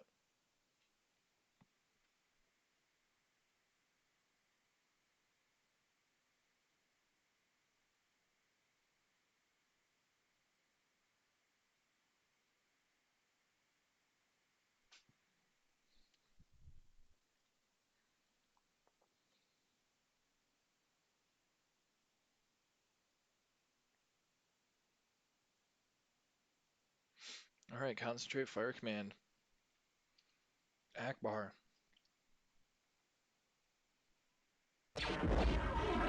Ooh, that's a great hit. That's a great hit. That's what you want to see. Um, unobstructed shot, medium range, right? You can. He's adding a blue, trying to get that second accuracy. He got the second accuracy, right? Forcing the brace, and now he can TRC if you wanted to secure. Yep, he's using turbo laser reroute circuits. Boom. What a roll. No critical though. That's the only downside of this roll here. There was a nice critical. Um, he's acting the brace and not both evades. That's interesting. Um, because I mean it would have gone through, but again, he would have needed. Yeah, I would have done the evades and just locked the damage in at 3. I mean it's still 3, I guess. What? I guess it makes sense because if that rolled a hit or a crit, you'd still deal damage through. So, I think actually he was right to do the brace. Um, I would have added a red in it though if you were locking the brace. If that was your plan. But I guess maybe he just wanted to guarantee damage. I rolled the red in the concentrate fire token, which is actually assigned, right? Use the dial plus token, secure that bad boy, or get closer to ensuring a hit. All right, inside turn, speed 4, places that there.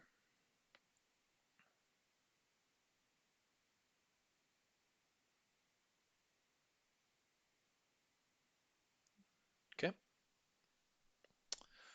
Then what squadrons do we have left? The Phantom. I think that's just outside distance 1. That's the last thing he needs right now.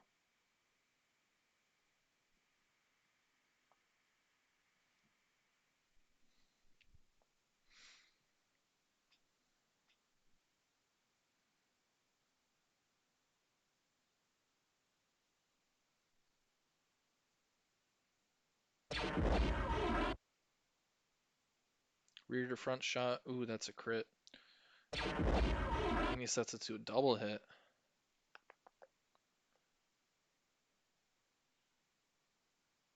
Interesting.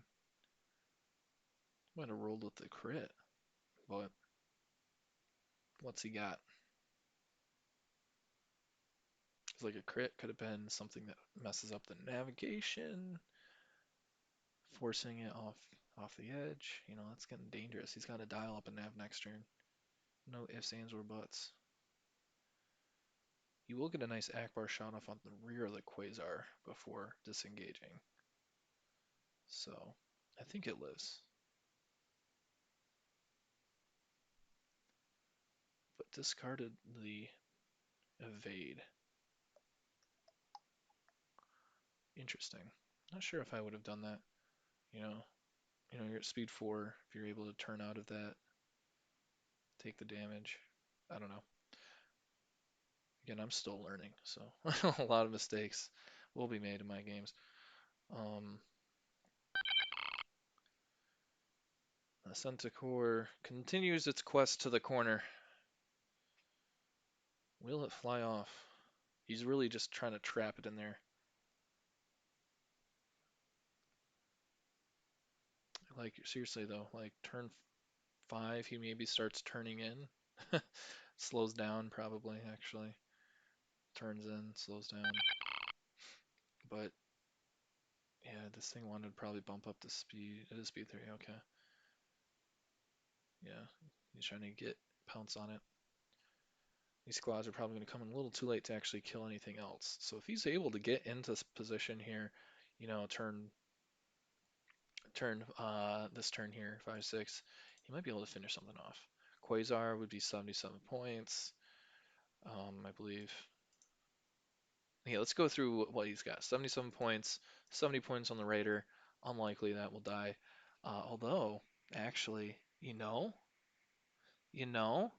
like he had the TRC.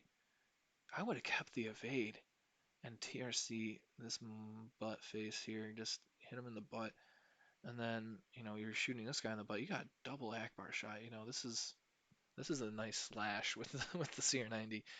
I would have saved that evade, but again, that's a tough call. So, anyways, 70 points here on the Raider. That might be outside medium though. 70 points on the Raider, 27 on this Gazanti that's off the board pretty much, or off the screen pretty much. 25 points on this Gazanti here. I don't think that's worth at all. 66 points on the Centaur. So really that's it for takeable points for Ewok, I think. I don't think he can really strive to finish off any of the squadrons, right? The Phantom pops over there. Oh yeah, that's brilliant. Brilliant, because if this thing dialed up uh, a squadron command, right, Ketsu could have bounced over here and taken a shot at the rear of this thing. That's brilliant, actually. Because squadron command plus Ketsu, that's with Akbar, that's 4 dice plus the 2 blue bomber. Oh, that's a high chance to kill. But again, that I feel more confident if I had TRC available, but and just suffered that 2 damage. But I think actually using that TRC shot made a lot of sense from RealVeers' perspective. I know I doubted it before. I was like, oh, I would have taken the crit, but now I understand. Oh no, yeah, that's red range, that's blue range. Yeah. What do you do? He's testing his arcs. Oh, I should update the scoreboard to turn 5. So our first damage comes in. Ooh, you have a Confire token, bud. Let's see if he uses it. No to redirect. 1 damage comes in. Brutal.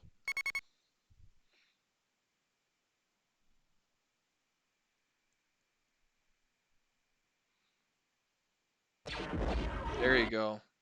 But it's gonna evade away one of the things.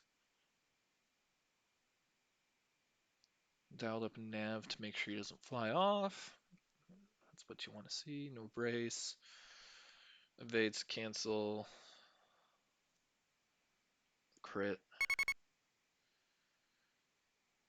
Down to 2 hull. Yeah. You want to see that red dice against the Quasar instead of the Raider.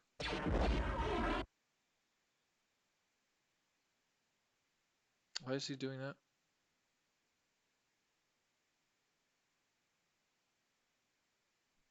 I guess he did not.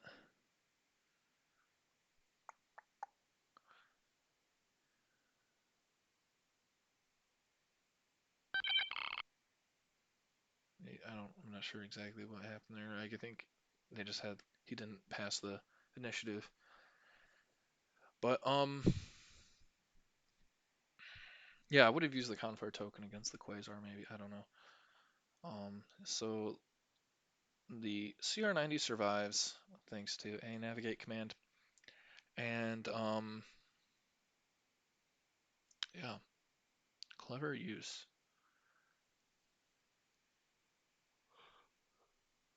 The Raider using a squadron here. Ooh, is it gonna go try to finish off the CR90 3 hull?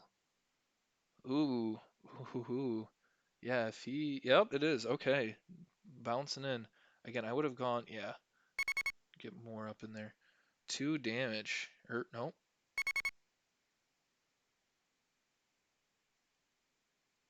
There we go. Yeah, bounce up as front as possible. You know, it has cloak.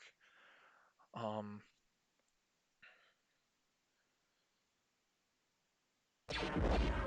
2 hits. Oof.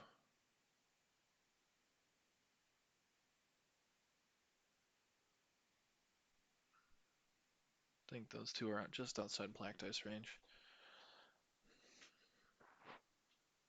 But I still would have popped the arc open. I don't think he ever popped the arc open.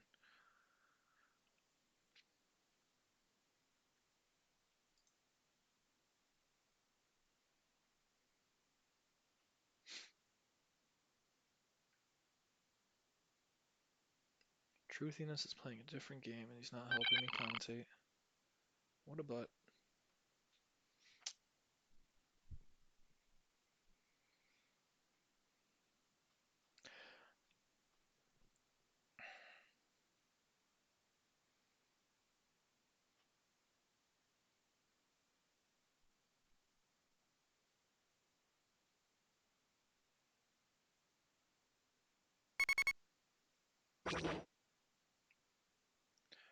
Boom! That's a dead Merrick.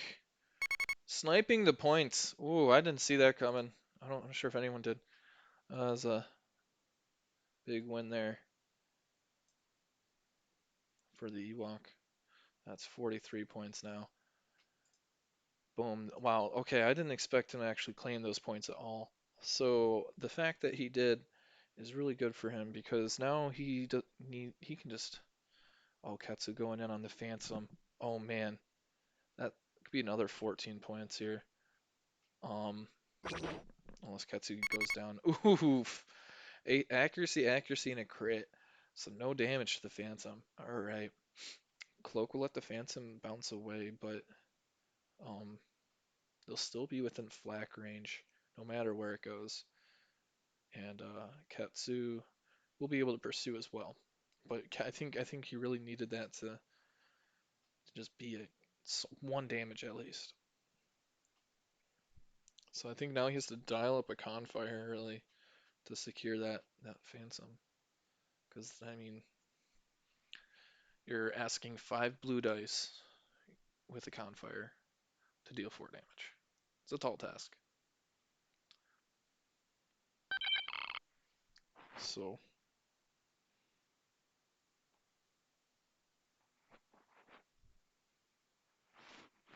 that's something land Lando could not do. Is chase that Phantom down. That is a Ketsu only thing. Those Millennium Falcons are actually quite slow.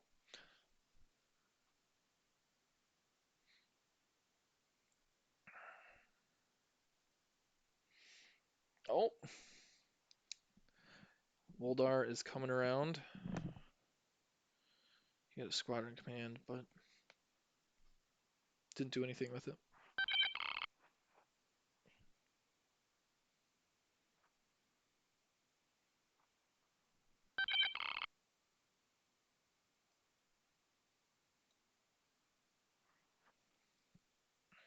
All right. The GR75 is posturing here, trying not to fly off the board without getting in the way. Navigate command lets it slide up into that spot there. I didn't even think it needed a command. Those things are so bendy naturally. It did need a command. I used a level 1 yaw.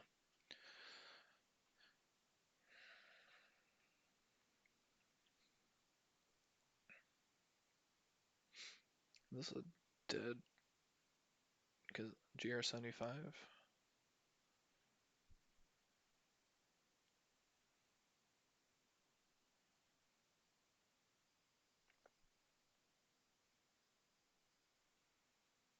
Because how many squadrons he has? He has 1, 2, 3, 4, 5 left.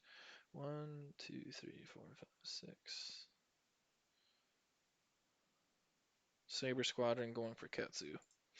Oh no, going for the rear arc here. Oof. A little late on that one, bud. No defense tokens left to burn. Wow. Man, I did not expect him to dive in on America like that. That was a good play.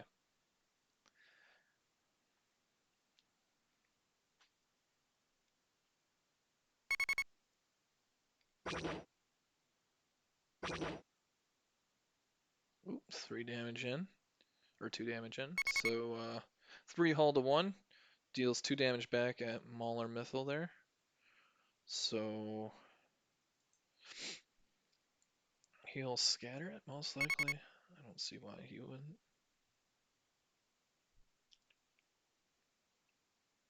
It bumps. He didn't actually use the scatter, but I don't think it matters. Both of those squadrons activated. So nothing to follow it up. All right, wow.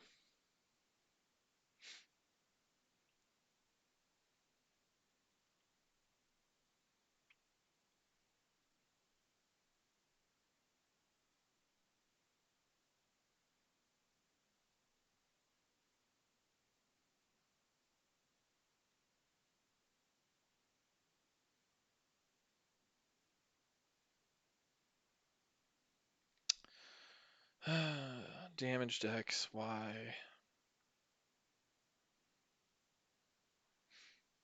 Playo 3.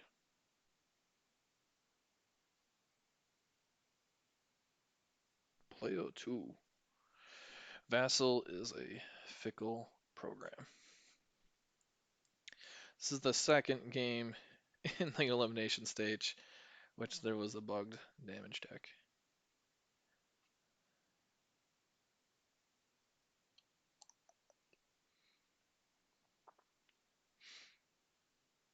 It's a bug that would happen to me frequently as well. I'm not really sure how it happens. Like, I can't think of what causes it to break.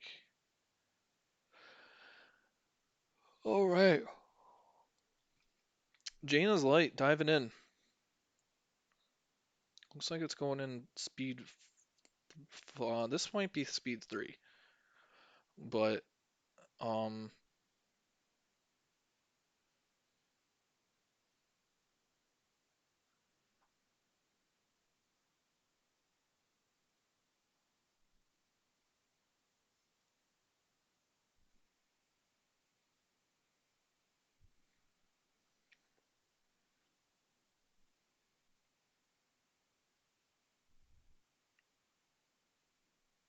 I would not be surprised if he went in at 4.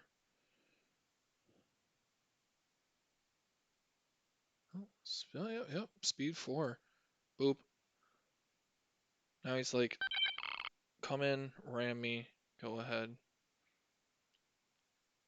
I don't care.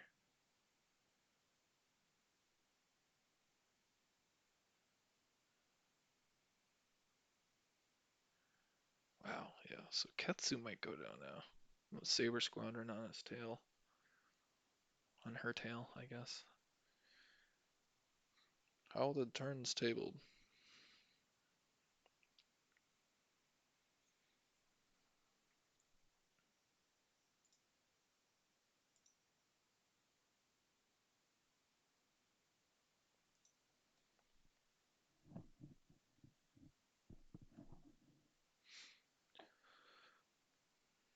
All right. The Squall is using its command. Nothing in range to Squall, but boosted comms lets it do things, and then 3 damage potential here. Yep, it's dead aiming. Lambda takes 2 in return, and another 11 points for the German. 83. That can't be right. Did I miss one? No, it's 105. Katsu is the same cost as Morello. Believe it or not. Believe it or not, folks. I mean, you need to commit a little more points to make Morello work, but I mean the scaling. Come on. Yeah. So, anyways, yeah. Truthiness proposed Morello shouldn't move in his squadron changes blog post. I'm inclined to agree with that. Um,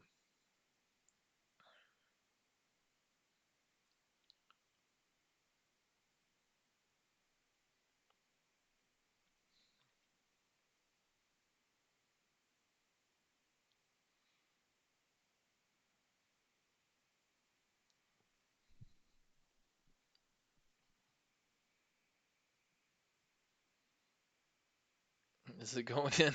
Is it trying to melt the defense tokens here off of? Yeah, move the targeting beacon. Because I do think that is a double arc on that GR75, just slightly. Um, that Quasar keeps finding really interesting double arcs. Had a double arc on GP's Demolisher. I'm not, not sure if that actually had LOS, but um, yep, the scatter gets slowed away. I think it just needed to be a little farther north, closest point of the squadron to the closest point in the whole zone. Uh, maybe it was fine. Here we go. Yep, first shot comes in. That is just time to zoom. Ooh, that one looks outside. No front shot. A double arc, but no shot. That is the problem with the quasars. See, I both 50-50 calls I've gotten wrong. I think that's funny. All right, set with the 2 hits, not re-rolling them with the targeting beacons at all. Um, he suffers. I would have maybe could have re-rolled into a crit. Yeah, yeah. Keep those defense tokens, young Sa.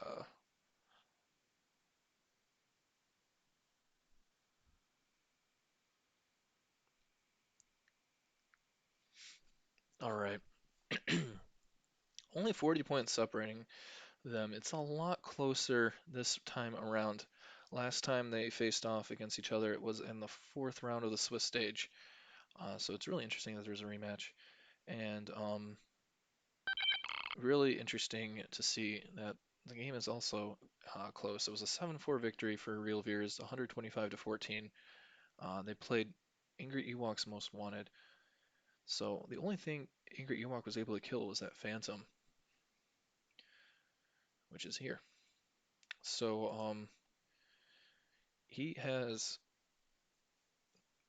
tripled his score from that first matchup. So let's hope that for his sake that RealVeers doesn't triple the score as well. Because that'd be 375, and that's almost a table. But Potato's moving in now. It's going to set something up nasty, nasty, nasty. Slave turrets, Akbar, Katekin, and Sholin. It's time to get Donagard. Round 6. Nowhere for this thing to go. So he's not even pressed. Like he's not even like I have to take the shot or I'm gonna lose it. I got time. Oof, that's an evade.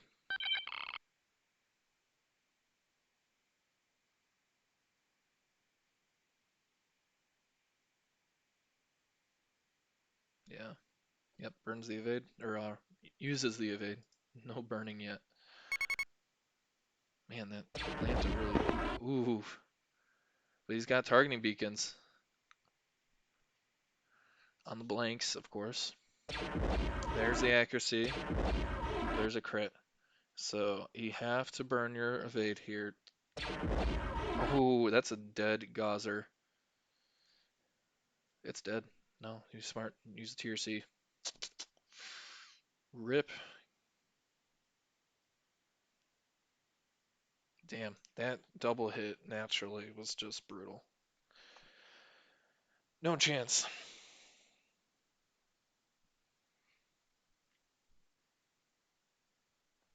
Yeah, perfect shot. Come on, man. Yeah, that was nasty. I mean, he had two rerolls.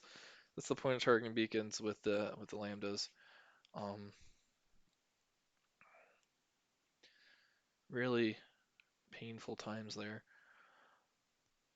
But now it's scooting around. Ooh,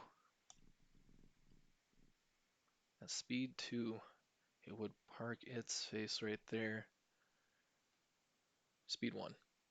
Oh, oh, oh, oh, oh. Yeah, speed 1. Yep. Okay. So it's in front arc of Jaina's Light.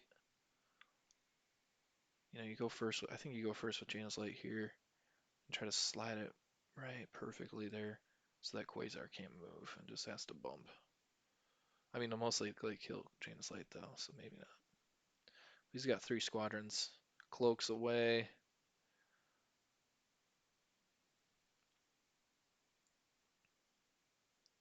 He's got 3 squadrons there. Don't think Mauler can engage though for round 6. So, uh, the final round of the Vassal World Cup is about to begin.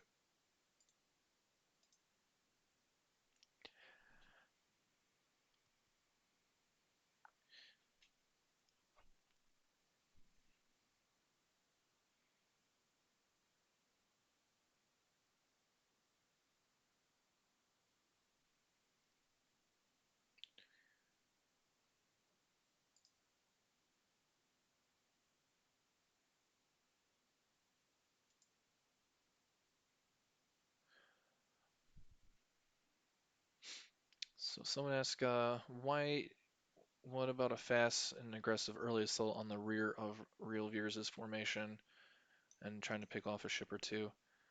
Um, I really think that's a tough call because he outdeploys you, so you have to, you're deploying straight on, right? I wish I had my telestrator up, but it's just Microsoft Paint. So what you do here is then you'd kind of swing in extra hard with these bad boy, like with this CR90, maybe the potato. Yeah, but he just curl around and toilet bowl and take and just either hit the Jaina's Light or whatever you just put the potato into the death box here, because most fleets, right, Akbar, it has its kill box, right? It has a kill box probably like right here right now. Um, in this like trapezoidal fashion here, whatever this looks like, that's a double arc. I didn't actually have time to look. So whatever this kill box is, right? This is the kill box here. Wherever these squads are, that's the kill box, right? It doesn't matter where the ships are too much. So, like, this squad ball took down an ISD in 3 turns. Like, probably could have even been less. There was some bad rolls in there. So, really, it's tough to say what a rear attack on the ball is. Like, really, I think he kind of took the best approach as first player could. Okay, so now I'm not sure how long ago that was sent. That was sent at 2:50. It's been 40 minutes since then. So that's at least my analysis. Or like my what I think would happen. All right, Katsu's activating with Jaina's Dark. 2 hits on the Phantom, so it looks like the Phantom will live. It's got a flag shot out of the front and rear. That's unfortunate.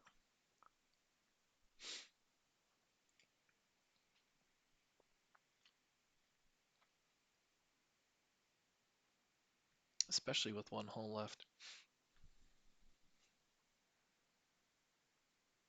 I don't think he can die. 1 hit.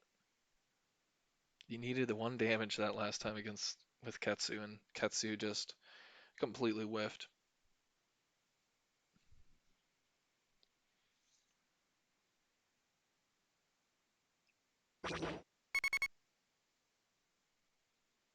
Well, at least the Phantom's locked down now, so Ketsu has to die for the Phantom to catch it. I don't even think the Phantom can shoot it, really, so I think this CR90 might have survived with one hull. Good little escape there.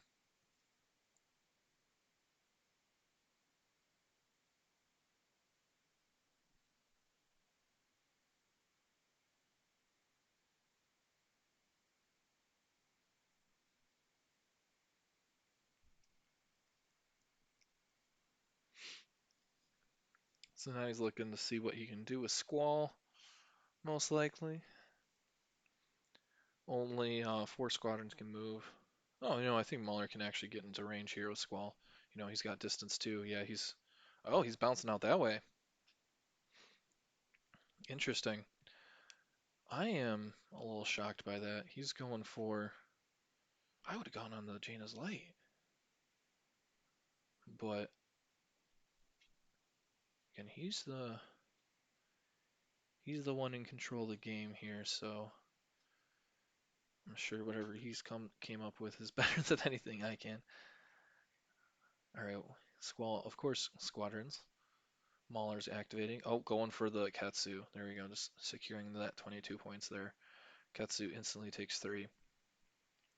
Clearing the dice. Ka-chow, ka-chow. Oh, no damage. No damage. Swarm reroll 4 accuracies. Oh, jeez. Oh gosh. Oh, man. Oh, man. There is something going on with these calibrations. They need a Garrus from Mass Effect to come in and fix these weapons here. Recalibrate them. Because, good lord, the squadrons have been just rolling terrible all game. I guess maybe all the bad rolls are just compounding into individual rolls instead of just like under averaging. It's just really big swings, like nice hits and big misses, right? Like nothing like a mixed bag as you'd expect. Here we go. Oh, there we go. That's a big damage ball here. Burn the scatter.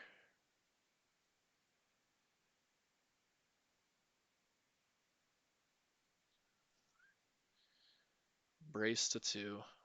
The Phantom will most likely snatch Ketsu now. Jendon, again, I'm not sure why he brought Jendon over. It has boosted comms. Oh, he's just activating again. Oh, and then the Gazanti will use a squadron command for that CR90. I see. So really there was, in my mind, when he activated and was using Squall, it was 53 points versus 51 points at one hull. But what he saw was an extra 22 points on that 51 point side. So, well played, sir. And that's 105. All the squadrons are down for the count. And there goes the CR90 Jaina's Dark. So that was 51. So that's 56. 156 to 43. So just when this game was looking comfortable, a little more comfortable for AngryEwok, it once again swung away. Now I think he needs to get both of these ships somehow, and I don't think that's possible. While they are both suffered 1 ram damage, it makes it a little easier, but I think you need to go with the potato first, or try to see what you got on that front arc before you. I don't even think it's possible. I'm just the arc. The ships have only suffered 1 damage from an AngryEwok attack.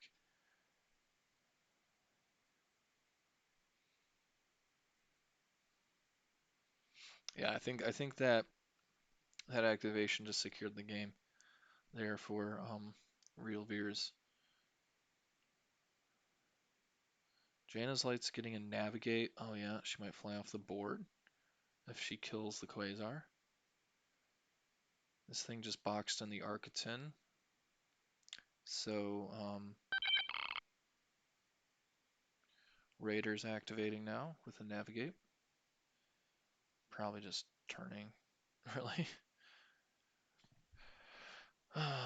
Let's see. He's got plenty of real estate. It's free real estate. Chow. All right, yep. Safe and sound.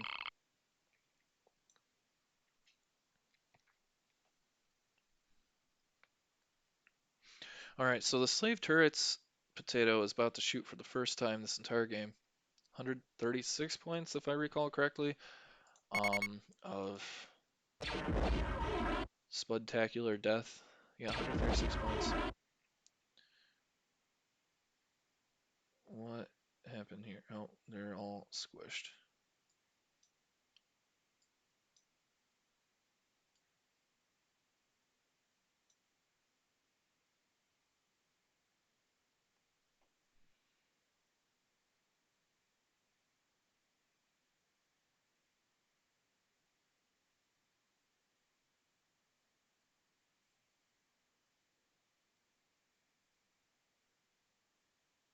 Lock the brace. Caitkin and Sholin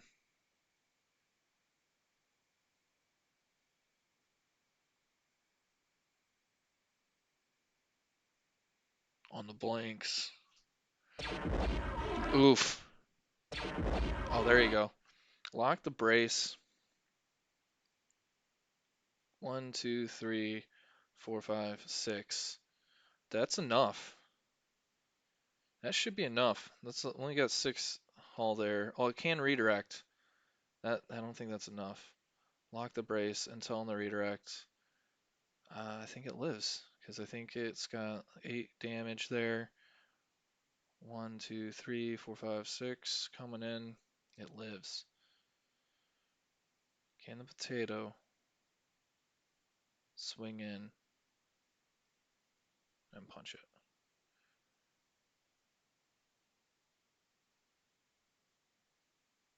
Oh, it doesn't care.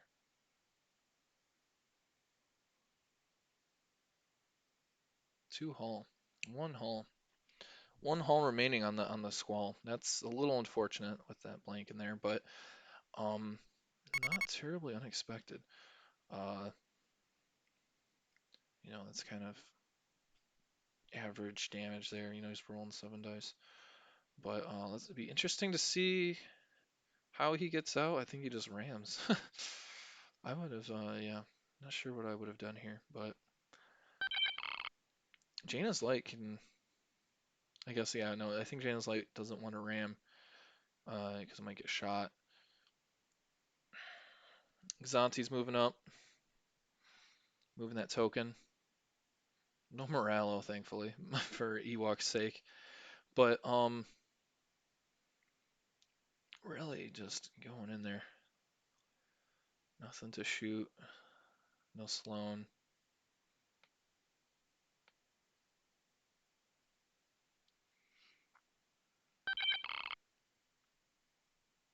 I don't think there's any more points for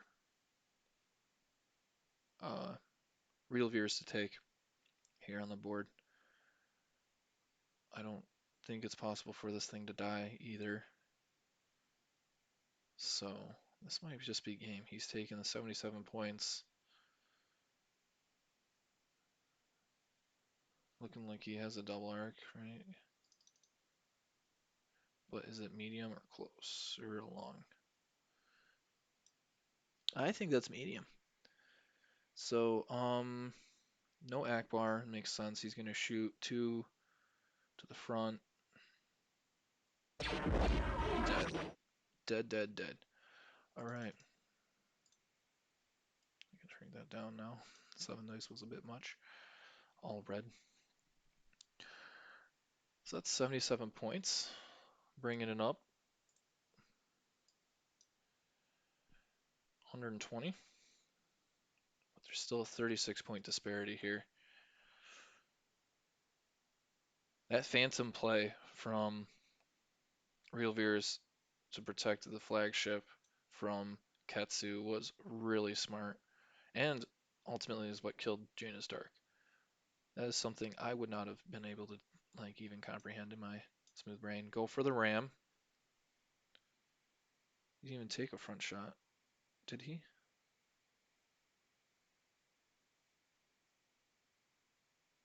Can he avoid flying off the table? He had to navigate, right? Oh, what a Confire. At speed 4? There's no way you can't fly off the table. Why didn't he?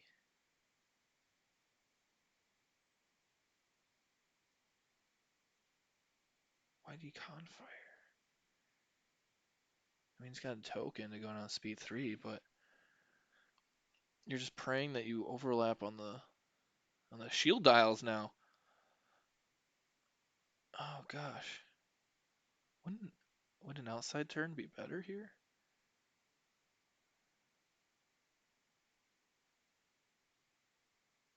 Uh, Too late, bud.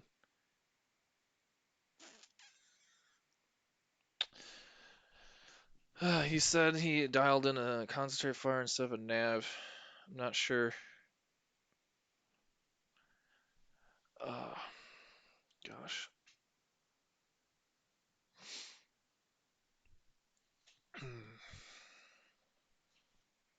I'm not a tournament official in any way, so I'm not going to make a call here. Sending game info to Truthiness. No, Truthiness joining just in time. Hopefully someone pinged him. Huge ask, can he take the nav dial? Proposed. Well,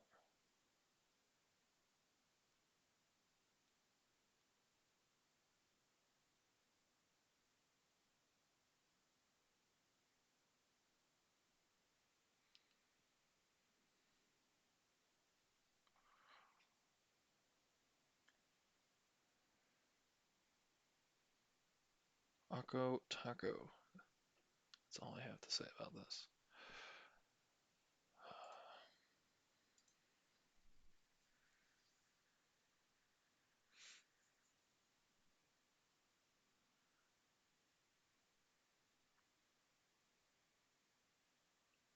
Alright, he says yes. Alright, easy peasy. I mean, really, he's gonna take a ram. Does he have a double arc? Speed 2. He might have Jaina's Light as well.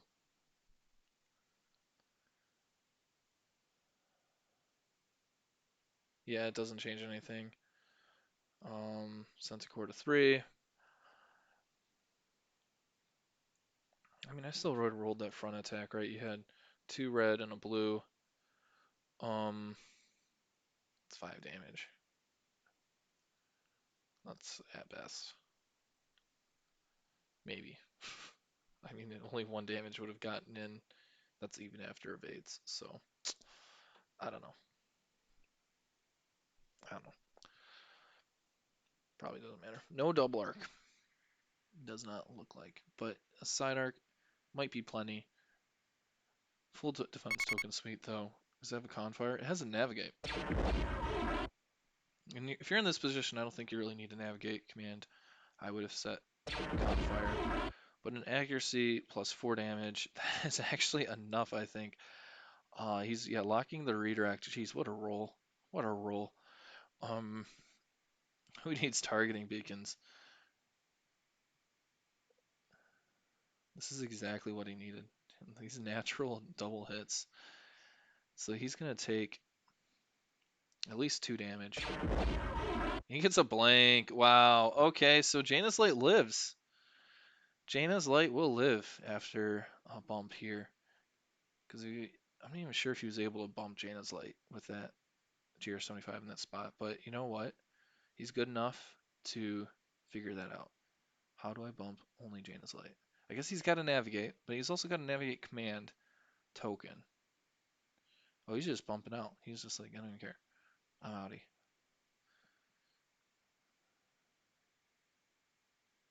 That's the wrong side, it looks like. 2, 3. Yep. Boom.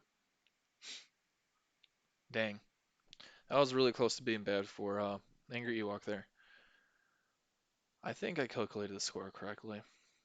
If anyone finds any errors in my math, and they're playing out the game as rules state, but it looks like RealVeers will be our 2021 Vassal World Champion. And after, gosh, what, 4 World Cups in a row with Sloan in the top 4, Sloan finally takes it home. Sloan's first World Cup was in 2018 with Takara. Uh, then it once again it fell short of the final. MHD brought Sloan to the top 4 again in 2019 and fell short of the final. In 2020, gosh, I can't believe that was a year ago, JP82729 took Sloan to the top 4 and fell short of the final. And RealVeers will be the first person to play Sloan and win the Vassal World Cup. What a game. Yeah. Jeez. Yep, AngryEwok is no filter on in the chat here. But thank you all for watching. I apologize for all the audio issues I had in the beginning where I didn't have any sound coming from my microphone. Um, I don't even think I can even recover that because it was OBS and just not finding my mic for some reason. Um, yeah, so that's the final. Congratulations to RealVeers. He built a fleet that is really tough to take down. And I know Arresius beat it, and I know Poldi Colonia beat it. So I really wish I watched those games. I mean, I had no idea, ultimately. But what was the strategy that they employed that worked against this fleet? Both of them brought. Uh,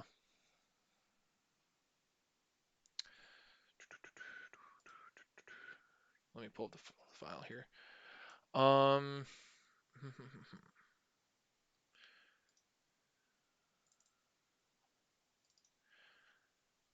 so RealVeers here. He faced off against Poldi Colonia and Arresius and Pod Screed, I think it was, or Podrican, one of the two. Um, Podrican, and he lost both of these games here, really close, only 31 points, or 41, 43 points difference here. But so that still would have been a 5-6 even if you combined them. But really, just what was the special thing? He's got a Rakel, Honegger, Demo, and then an Instigator Raider. I didn't have the space for Instigator. I would have gotten cut off.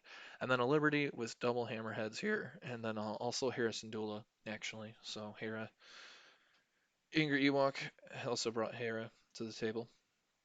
What did they do special that was able to beat this fleet? Because really, this was just a great fleet. Really tough to take down. You did win the Vassal World Cup though, and that's a huge deal. Good job to you, and you flew it very well. Yeah, yeah. So, RealVeer says if he thinks AngryEwok took second, he stands no chance. So that tells you all I know. Uh, RealVeers would have just torched him, I guess. Again, I thought if he chose second, he would have done well. But again, I'm not sure what I would have changed about the game plan. AngryEwok flew very well. He got his ships where he wanted it, pinching the Arcton in the corner. Um, yeah, that Phantom really surviving. Um, that Ketsu missing the first shot was huge against that Phantom. That would have been 14 points. That would have been 51 points back in favor of uh, the American here, AngryEwok, and that would have been enough. That would have been enough. That would have been that's a 65-point swing, really. If you're talking sports terminology here, 65-point swing with Ketsu not being able to land those shots.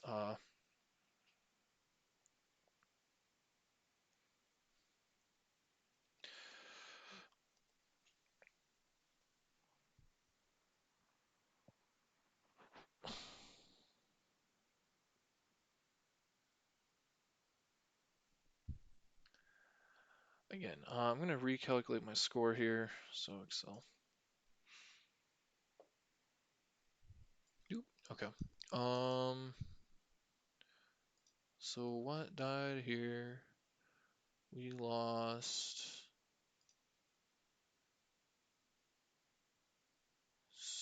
77 points.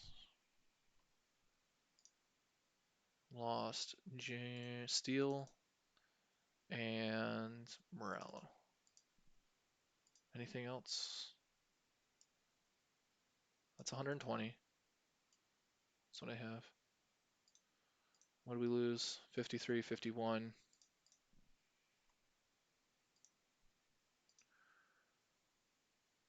22. Oh, I think I might have forgotten that 22 in the boosted comms. Plus 105. I did forget that 22, didn't I? Oh no, he did not lose Jaina's Light.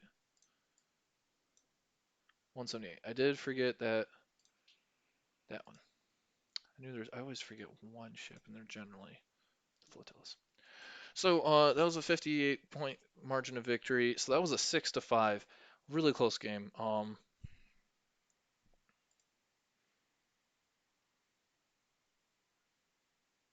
Yeah. So even with the Phantom, right? So that's 34.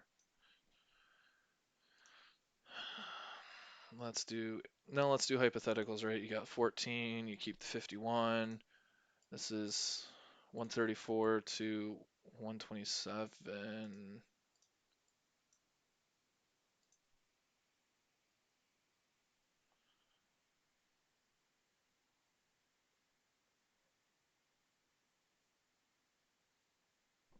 Yeah, I have 134 to 127. So I think someone's math's off, and I hope it's not mine. But thank you all for watching. We might have AngryEwok on here a little later. Oh, Talker just joined.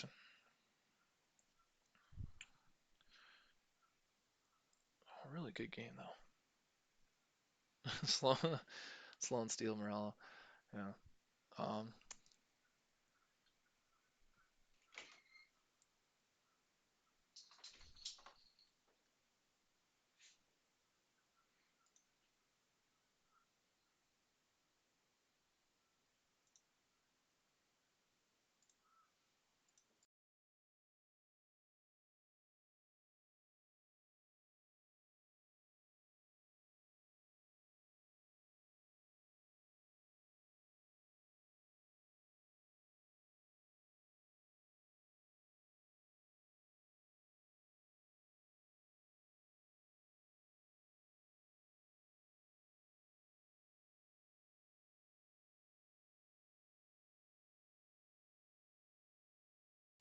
all right.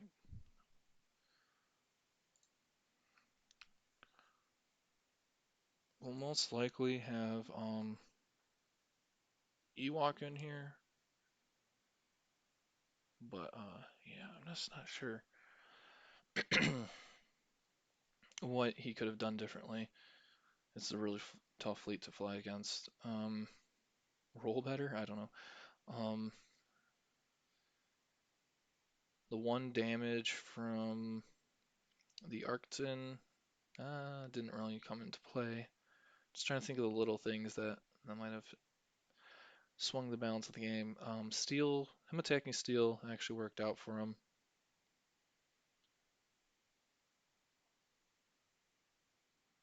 Yeah, but Steel. It's not just shooting 5 times with Morale. It's also him moving 5 times. That's a problem. Maybe only let him move. Maybe only let him shoot. As Truthiness suggested. I think only moving makes a lot more sense. Can move as if he were unengaged, maybe, as the phrasing. But yeah, it's really tough to how do you balance that out? Make him speed 2. Like, what do you do to balance Morello and keep him from scaling? Because that's the thing. It's just the scalability of it, right? He dipped just enough in there, committing essentially. I mean, he was already taking Chirinu just because he's good, especially with the intel changes. But he's committing, only 24 points, right, to get 5 squadron activations. Um, I guess 7 squadron activations because the Lambdas can activate on their own, really. So that's a lot.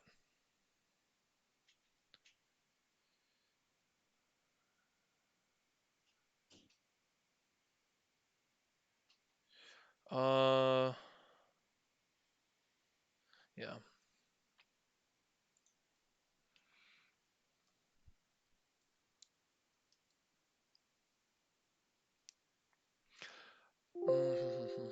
Yeah, so I mean, really those changes, that's really what we can maybe see in a community. I know Green Knight, he is as part of one of his tournaments. I'm not sure if all of the tournaments have follow these rules, but his upcoming tournament that he plans on running with the gosh, what's it called? You can check it out in the Star Wars Armada Discord. Um, in the unconventional warfare. That's what it's called. Vassal Unconventional Warfare chat. He's got his own rules listed here. I think he's kind of using this as playtesting, and he's got a lot of unique changes in there. Like a lot of things you wouldn't expect to be changed either. So I'm really interested to see how that plays out. Like he even added a title in for the Pelta and the Interdictor, right? Those ships only have one title, so he even came up with the one. I really like the Interdictor title and that he made. But really, what's really interesting is that we as a community, while we're in this transition period between FFG and AMG, we can kind of take it on ourselves and figure out like, hey, how do we want to balance the game, right? It's up to the tournament organizer ultimately, really on how the game is played. So I'm really interested to see how that tournament plays out. I don't think I can participate, unfortunately, but really good game all around. Yeah, 173. I have 178, so I must have mathed wrong somewhere along the line. Oh, that is 17. Yeah, that's 178. But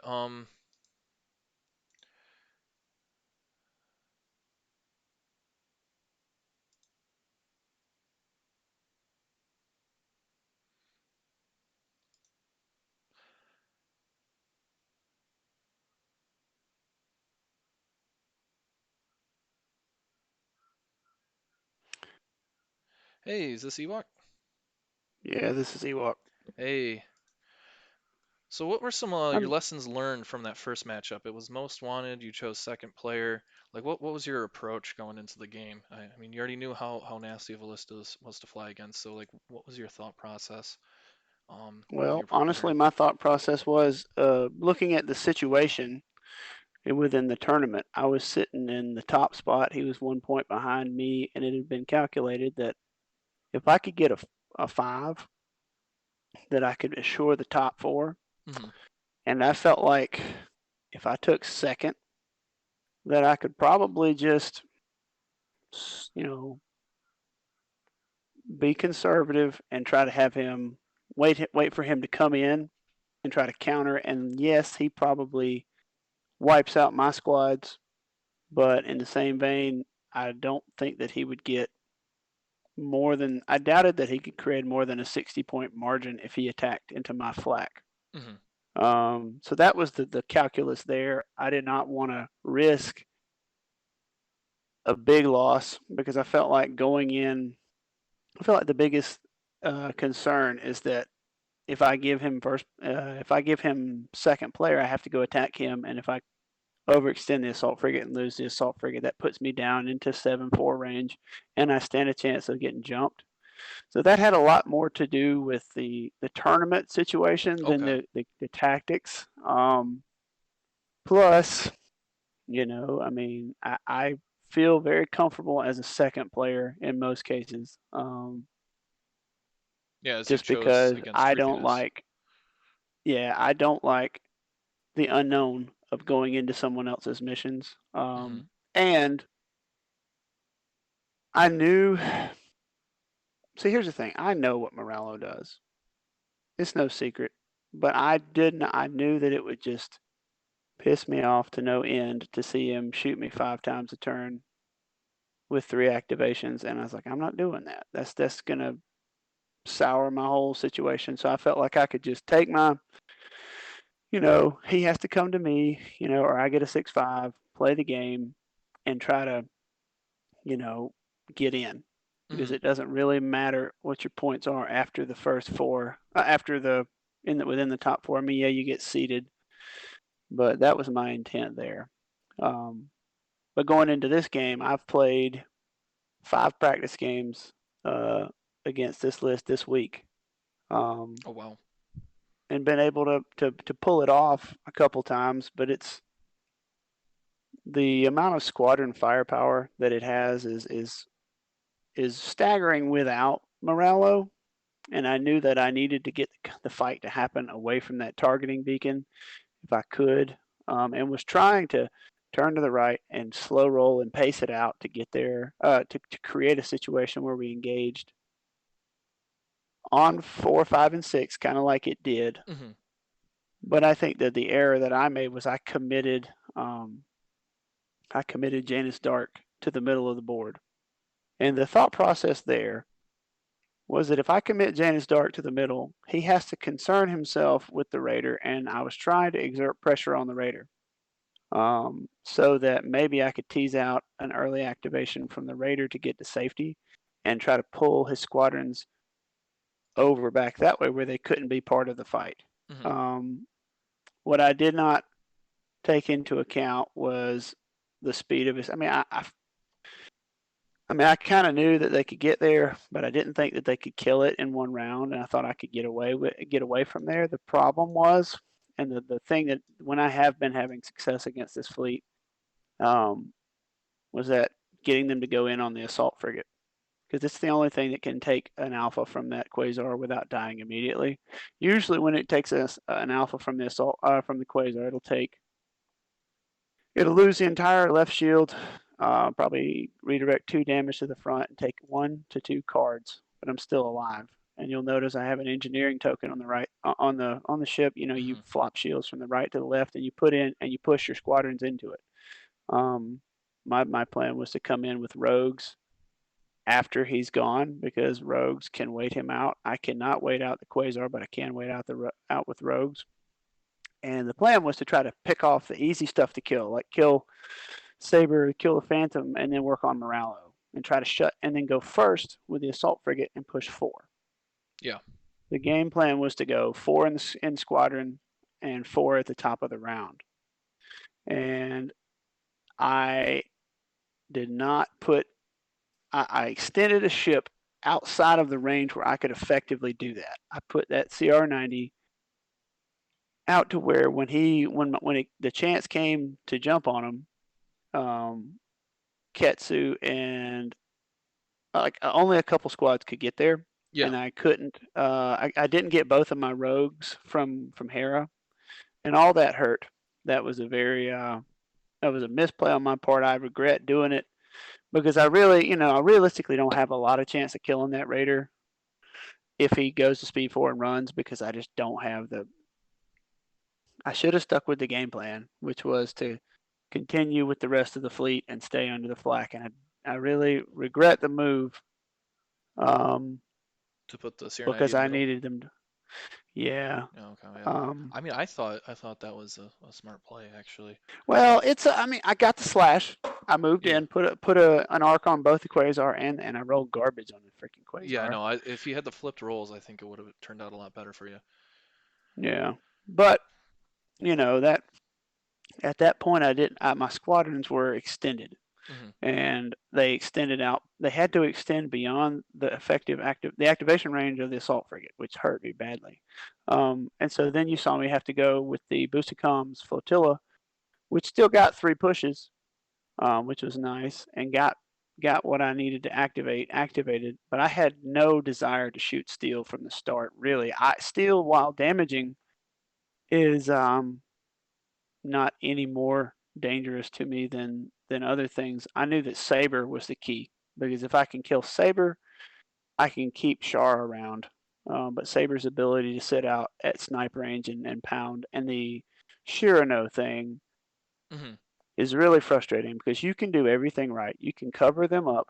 Um, you can put multiple squadrons onto the relay ships, and sure or no will still let you move it. Yep. And so you'll get a move, so a Morello shot, and then another shot. So you're producing two blue, two black off of Morello, and two black and a blue with flight controllers off of the Lambda, and that's every single time you push a Lambda. Yeah. Not to mention, if you don't go in there, you'll get hit 5 times because you'll get hit Squall and get shot with Morello. Squall get shot with Morello. Then he'll do that. So I committed and covered the tokens and try to lock the lambdas because I know that Shirano doesn't apply to the Squall activation. Squall just says if you're engaged, it doesn't work. Yeah. So the plan was always to wait it out, make him come to the assault frigate, and then jump on, basically work my way through whatever is closest, but killing Morello, Saber, then the Phantom, because the Phantom's 14 points that don't have brace tokens. Yeah. And then just try to endure the rest of it. I really did not want to jump on Steel, but he was just the closest and basically the only thing that the majority of my squads could get to. So all that was a misplay. It was not the way I practiced it, and I regret that. Yeah.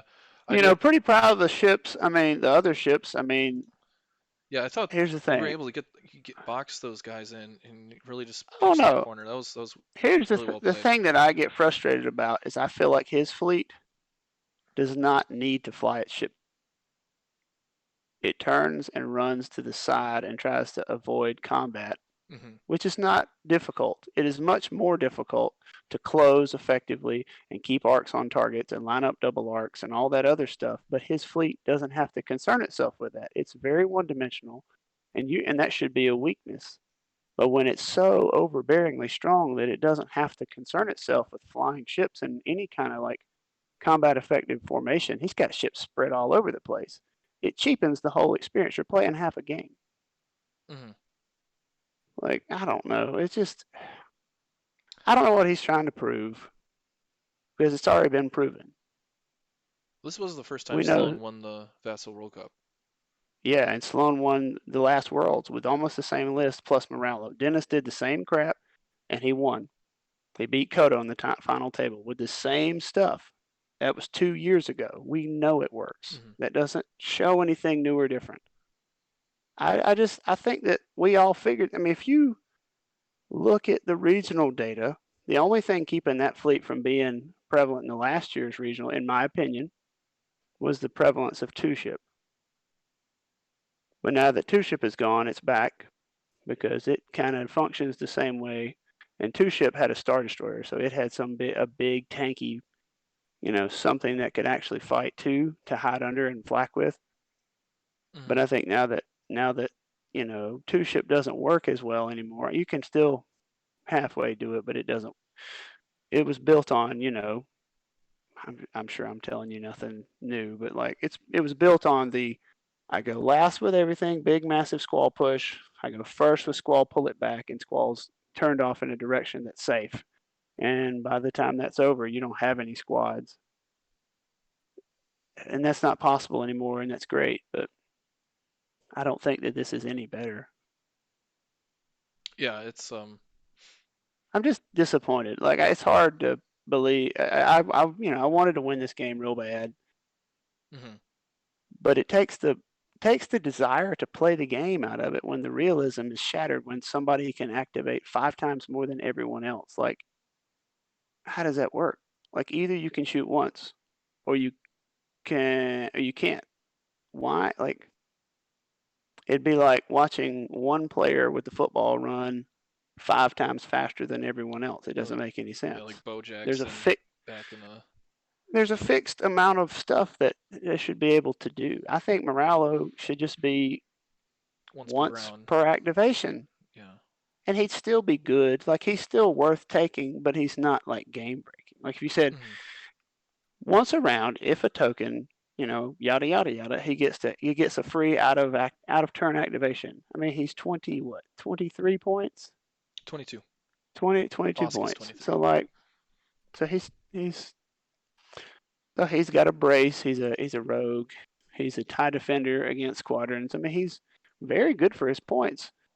I mean, I don't see how a developer, how a game designer could look me in the eyes and justify 22 points as a point cost when Han Solo is 26, when Hera is 28, when even Lando Calrissian, who I think is a problem because of the dice fixing thing, is 23 points.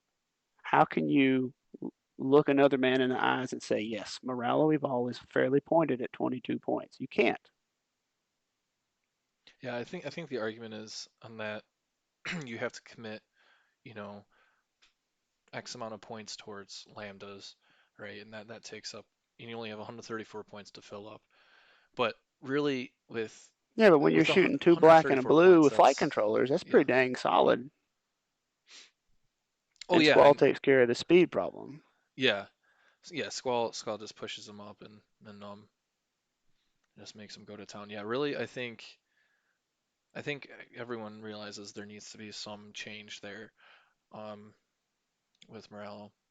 But Yeah, well, and my thing is, and you know this, my thing is AMG and FFG have had their chances. mhm. I They've mean, AMG had is just starting 1.5, up. yeah, 1.5. Somebody did 1.5. One of the two did 1.5, Yeah, that was FFG. and that should have been done. It should have been done there. But if you look at X-wing, if you look at Legion, both of those games have a points change and errata every Yeah. 4 to 6 months, and it helps a whole lot. And here's the thing: like you look at real-time strategy video games, turn-based strategy video games, they get patches and balance updates every 3 to 4 months, hmm and those games are $60 at most. We're investing hundreds of dollars and plane tickets and time. We deserve a balance patch every year at least Yeah. on a game that's 4 to 5 times the cost at a minimum, and you have to play it. It doesn't like it's there's so much. Yeah. It's so much more invested. We deserve some points adjustments. I know. I think that's where FFG was taking the direction of the game before it got snatched out by Asmodee and sent to AMG. But because there was some licensing garbage, with Disney. There's always lawyers involved. Yeah, well, Disney's super big. I don't know that they're Yeah. necessarily terrible, but they're so big that they have a hard time covering it all, and they're not nearly as close to it. Well, yeah, It's yeah. my I opinion. think they Yeah, just negotiated everything so that way they could have that living rules document that Legion and X-Wing have. I think they were just late to the game because Armada's that, redheaded stepchild of the three games really, and FFG's got so many other games that they had to focus on. So they did take the steps there, like, we're moving out with Clone Wars. These are some upgrade card changes we think we should implement. So they made those changes. That's 1.5, and then we're really going to see a lot of the changes come in with the living rules document. And then the game got transferred over to AMG before, we were yeah, able to see anything really come to light with yeah, that. So, um, I think now that that living rules document has been set up, we just it's the waiting game of when is AMG going to get comfortable with developing rules and coming out with FAQ and clarifications because we still haven't had any FAQ really from the Clone Wars, some of the stuff. yeah. So yeah, it's going to be interesting to Here's the see how the thing. game The advances. thing about it is that we have a. It's a. I've played lots of war games. hmm I played 40K. I played Legion. I played Armada. Played a little X-wing. Played Kill Team.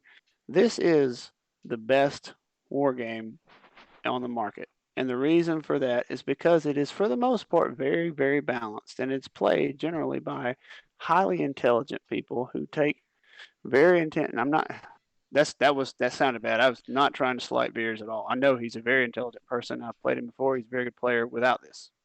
He's an excellent player with any list. So beating him with anything is a big step.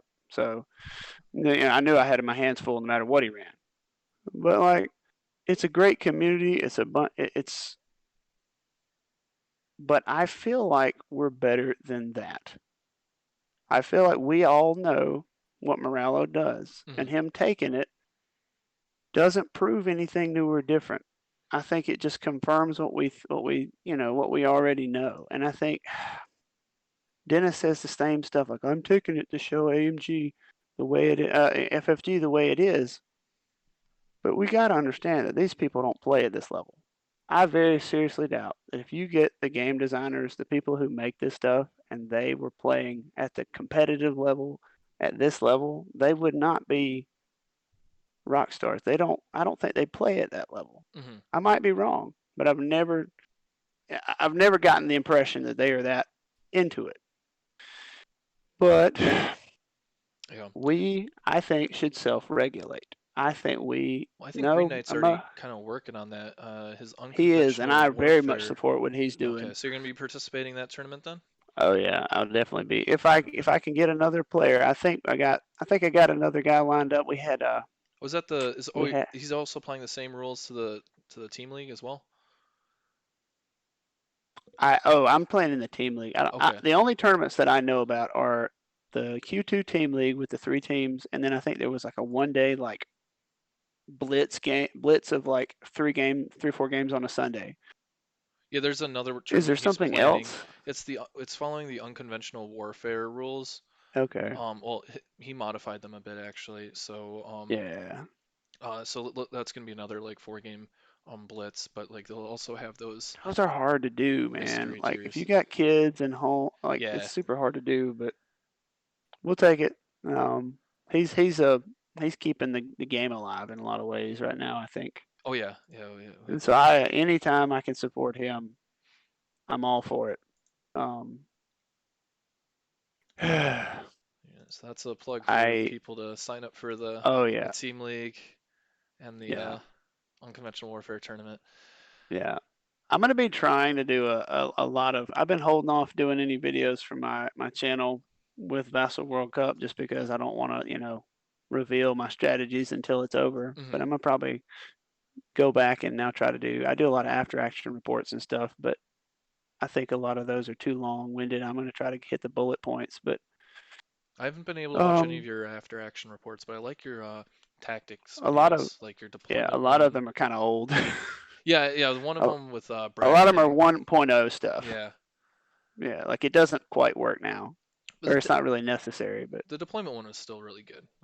yes, deployment is Yeah. relevant for sure. Um, well, I, golly, I really wanted this really bad, and I'm glad for Veers, but I don't know. It's one of those things. Like when I got the matchup, I was like, there's no excitement there, no Hmm. desire to play the game. It just sucked the desire to compete out of me, and I owe it to the community and the people that played all those games to play the game. But I very seriously just considered refusing to humor it and be like, I'm not playing Hmm. because you have done this. I refuse to play you. But I thought I had a chance. I thought I had a plan. You owe it to the people who want to be here and didn't have the chance to play it, so I did. But I just You had a I chance. couldn't You're do it. really close. You're really close. I know, but I couldn't do it. I couldn't do that to another man. Could not do it. I just like I would feel dirty and manipulative when I reach down and start fiddling lambda tokens around and shooting you 5 times. I couldn't look another man in the eye and say we were having a fun game. I just couldn't do it. Like I just don't understand it. I don't understand that mentality at all. Yeah, I think. Yeah, I mean, Anyways, there's no nothing else that I can say to address it, and I'm sure I've been real negative about the situation, but I do want to say that I know Veers. I've played him before, and he is a very good player with anything. And you play him anytime, you're in for a fight. He could be flying, the most generic fleets you can imagine. He's going to give you a good fight. And he's not a bad player. He's a very good player. This is not something that you can fly off the cuff. If somebody picks this list up and tries to fly it, they will have a long learning curve to adjust to it. So I don't want to make it sound like I'm saying, oh, it's easy button. It's not. I just think that there are some facets of it that break the realism of the game and don't make any sense. Um, and I wish that we could just say, no, we're not doing that. But that being said, he played it very well, and I made some errors, and I could have played it differently. And so ultimately, it comes back on me. Um, and I had a great time. This is a great this is a great event. I'm so glad that Biggs opened it up to more people because I was super sad when like the little 13 slots that they had assigned in the summer were Hmm. filled up immediately. I was like the number 7 alternate, and I've played in Vassal World Cup since the second or third one. Hmm. And so like it's something I look forward to every year, because I really think that it's one of, if not the most difficult tournaments in the world because you don't have to have a plane ticket or a hotel. Anybody with a computer can play. And a lot of times I think physical worlds is kind of money and geography, prohibitive to people. This is just if you can connect to the internet, you can play. Yeah. And so that I think increases the difficulty. Like I play, I'm going to like Nova or regionals, primes and stuff, and playing the average caliber player there is not not in the same league as the top 32 or however many people made the cut in Vassal World Cup. Like Hmm. it's a very prestigious tournament. So I feel very honored to make it to second. Wish it could have worked out better. I was, you know, Yeah. You pleased with the fleet. really close game overall. Your strategy was late developing, like pinching it in the corner there, but really, Well, I knew I couldn't catch him in yeah. a. Well, I knew he wouldn't extend and speed up because if he sped up, he would run out from under his tokens. I knew that I was going to have to pinch him in the corner, and and honestly, like if I had not gone with the blue CR90 with Janus Dark, had not peeled off and kept myself together, I would have tried to force a situation where, like I say, he has to go into the assault frigate because everything else is behind it. Hmm. And I think my Hera positioning from the beginning was poor. Not poor, but like Subpar. she did not keep up, Yeah. and She's she's the slow. weak. She's the slowest portion, and she needs to be supporting two A wings, preferably Tycho and Shara, Hmm. so that when that hammer falls, I can react. Um, the big difficulty there is with Squall. Mauler has a speed 3 move plus a. You still there? Yeah. Okay, my power just blipped again.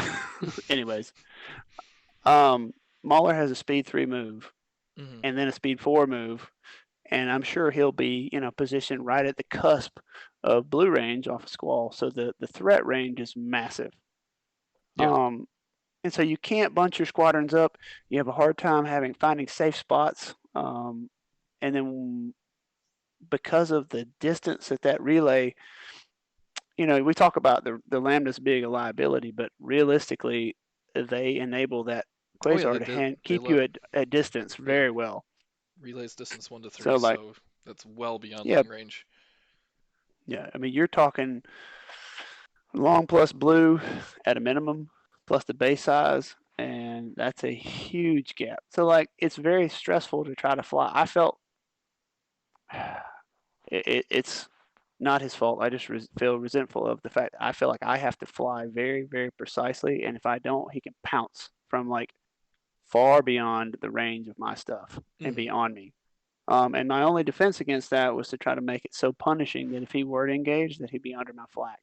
Um, the problem with that is if he can respond, if he can, if he comes in even under my flak, if he still has command range, he'll only actually have to suffer 1 round of flak because he'll go in, hit, and pull back. My only chance would be to jump on him and hope that Shirano doesn't get him the ability, flack him with one thing, hit him with as much as I can, and hope that I did enough with my rogues at the end of the turn, plus the 4 squad push off the assault frigate and the flak. Hope that that's enough that then his Shirano withdrawal cannot get him free of the other supporting flak. But most of the time, if he's on the the near side of the assault frigate, that's more than enough to clear out past my flak. I think that's something that's, you know, not a misconception, but something definitely worth doing a video on. But like, even if you're flying in a tight wad, unless you can freeze the enemy squadrons in that location, it's you're only getting one ship worth of flak. And rebels and Imperials do not have the range on their flak to do that. I think that, and this is probably something I'll do going forward because I like separatists and because I think that they have a lot of cool tools. Hmm. But I think what you'll see is that LTT red flak it's gonna make a massive difference because with that there is no safe place. They have a difficult time withdrawing beyond that range, and LTT in particular has a very high likelihood of snapping up these little three-hole like saber. Has Yeah. no business going anywhere near a munificent. Um, so I think that, as overbearing as this list can be at times against certain matchups, I think that there is definitely stuff from the Clone Wars era already, even before Wave 10, that can deal with it. Like for example, if I had to fight this, if Veers wanted to play me, and I well, I wouldn't play it, but like if I had to, two munificents with LTTs and some hard cells and some tri fighters, pretty dang good against it because if he approaches, I can hit everything he's got, and there's not really a good way for them to recede outside of my range. Yeah. That plus, I think tri fighters actually have the speed answer to get where they need to go, and they have reserve hangar decks. So Yep. they don't fear extending themselves and giving up points. They want to go initiate the alpha. So in that whole turning, arcing situation that we had going into the corner, if I had tri fighters, I'd be out there. All right, let's go. Stick your nose out. I'll get you. I'll dome you for four tri fighters, and then grow three of them back. Yep. I'll kill something, and then the onus is now on him to attack. That's why I dislike first players so much. Not so much, but like I don't like Akbar is much more to him than side strafing. Everybody thinks, oh, just turn sideways. And well, I've been playing Akbar for years, and you can do it that way, but it's not nearly as aggressive and powerful. It's much more useful to do things like the CR90. The little blue CR90 was in a bad spot, but he, slashing in and hitting two things and slashing out and making them spend damage and time on something that they're not going to be able to catch, hopefully, and things like that, and creating kill boxes like you see at the top right of the table. Like, there's a lot more to it than just turn left and shoot. Hmm. Um, but so I say that to say that even I think that the separatists in particular, with their red flag, have a potential to really make this list not as powerful. Yeah, it would have been interesting to see him up against Rold, who brought pretty much what the Yes, list you absolutely. I described. think Rold could have actually given him a very hard fight, and Yeah. I think Rold is actually a very. I was very lucky to get a 7 off of Rold because he played it very well. But I think that we will see more of that, and I think that this list, while oppressive and nonsensical in some ways, is not the end all. Like you won't just win because you take this. You still have to fly it, but it just doesn't make any sense. Like from a let's go simulate a real spaceship engagement makes no sense. Hmm. I mean, two-dimensional makes no sense, but yeah. Um, yeah, it would be interesting to see how the Clone Wars develops and changes the meta. Yeah, like like you said, like that's the one thing I really enjoy about Armada is that it's very interactive, and that's something like I really dislike about Well, like this was a Magic the very Gathering. uninteractive Well, yeah, fleet. that's a thing, yeah, He wanted no part of my shots, and that makes sense. That's his play. But like from the time he bought the ship, the time he put the ship down in his list, its intention was to never fire a shot in anger. The only ship that even remotely wanted to was Centaur, and that's just because it was there. yeah, And that's what I have a problem with. When 134 points of something can beat 400 points of another thing, there is a problem. yeah. Like So if they came out with a 134-point ship that could single-handedly beat 400-point fleets, I would hope that the community would be like, no, we're not doing that. We're not humoring that. That's stupid. But that's the situation that we set in right now. Yeah. Think about it. 134 points. It's immune to every battery armament in the game. It can move in any direction and has no consequence for pointing their nose one direction. They can zip speed 5 plus 3 back the other direction on a dime. How Hmm. much double arcing and driving and flying in formation do you actually have to do? Like, that's a problem. Like, think about it from that perspective. Would you want, like, let's say a Liberty that's 134 points, and everything else in the fleet runs to the corner, and it single-handedly wins its games with 7s and 8s? Is that a game you want to play? Because that's what this thing is doing. Yeah. Well, what do you think Polycolonia and Arresius did that were able to secure small wins against the Arresius, others?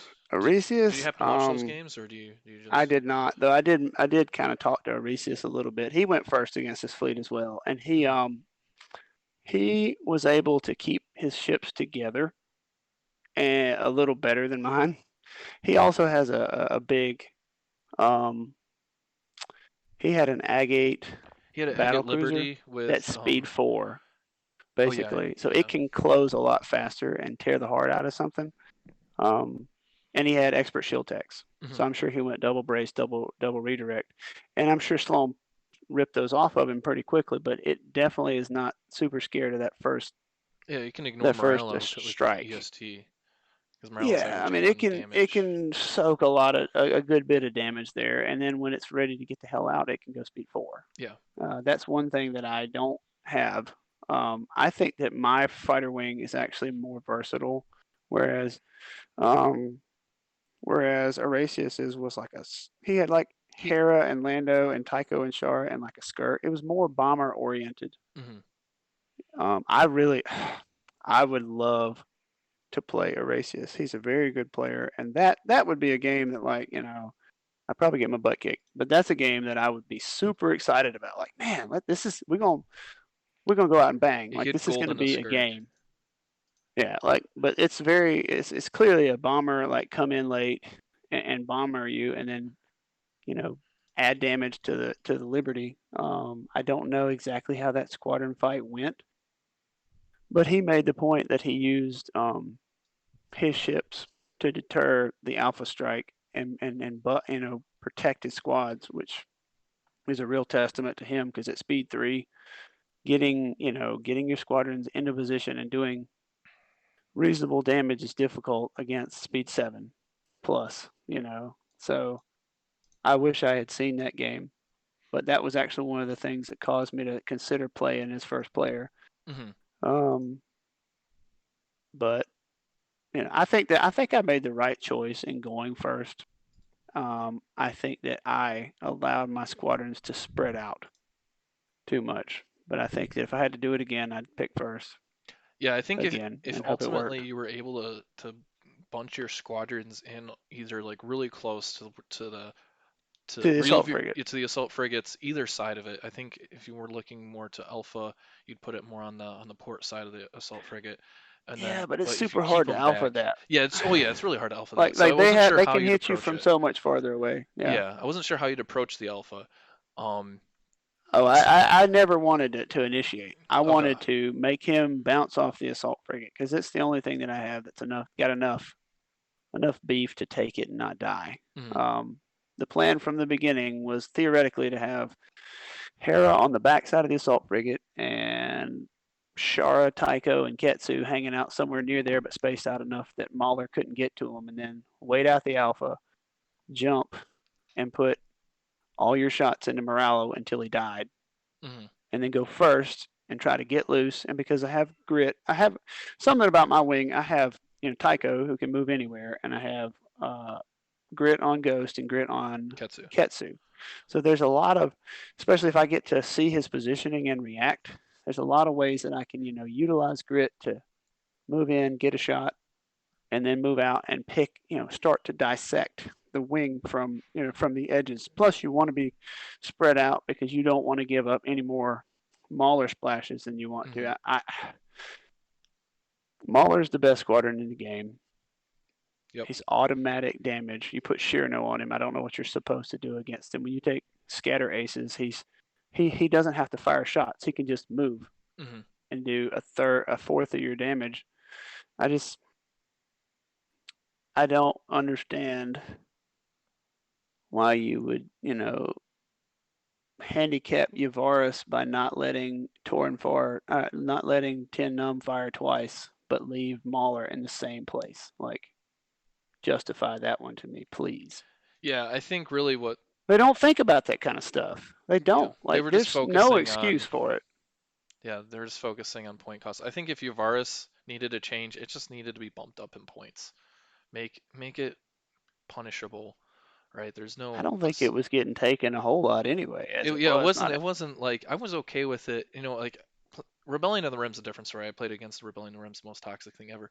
But mm, because when they can double tap and then get re-rolls without Bomber Command Center, it's a little yeah, ridiculous. the admirals and stuff are a little weird. Yeah, I but agree. um with but in a normal 400 point game or even 600 point Yeah, game like that I've played, Yavaris is Yavaris is fine. fine. It just needs a little point bump. That's all it So needs. like, yeah. So like, here's the thing.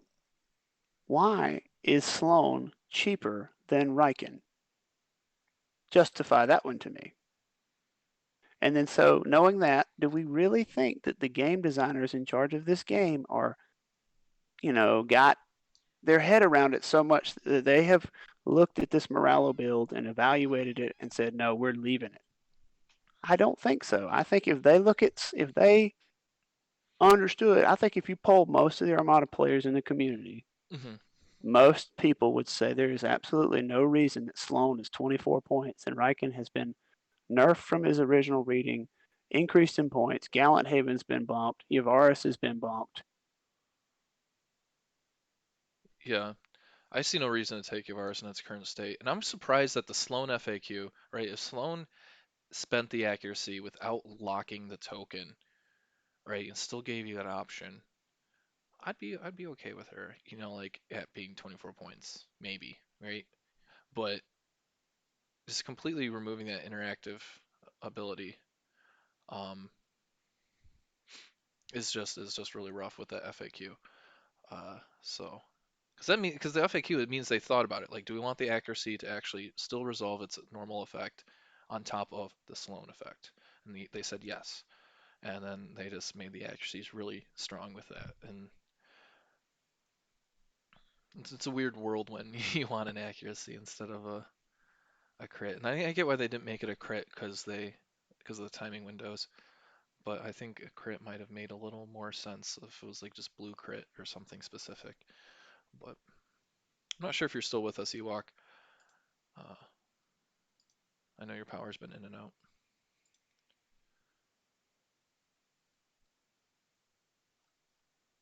I'll take that as a silent you're out. And wow, I still have 7 people here listening to me talk here.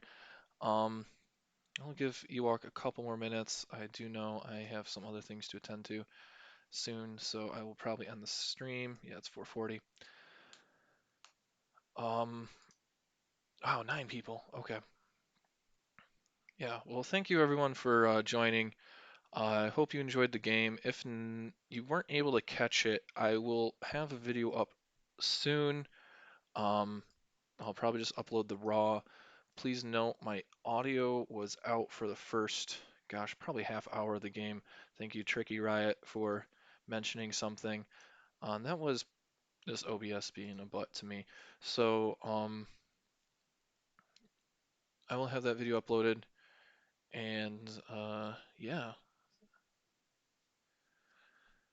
I hope you, I hope my commentary wasn't too boring. I was really hoping someone else would join me in commentary as well, but no luck. Anyways, I'm going to end the stream. Thank you all for joining me, and I'll hopefully see you in the next tournament. Bye.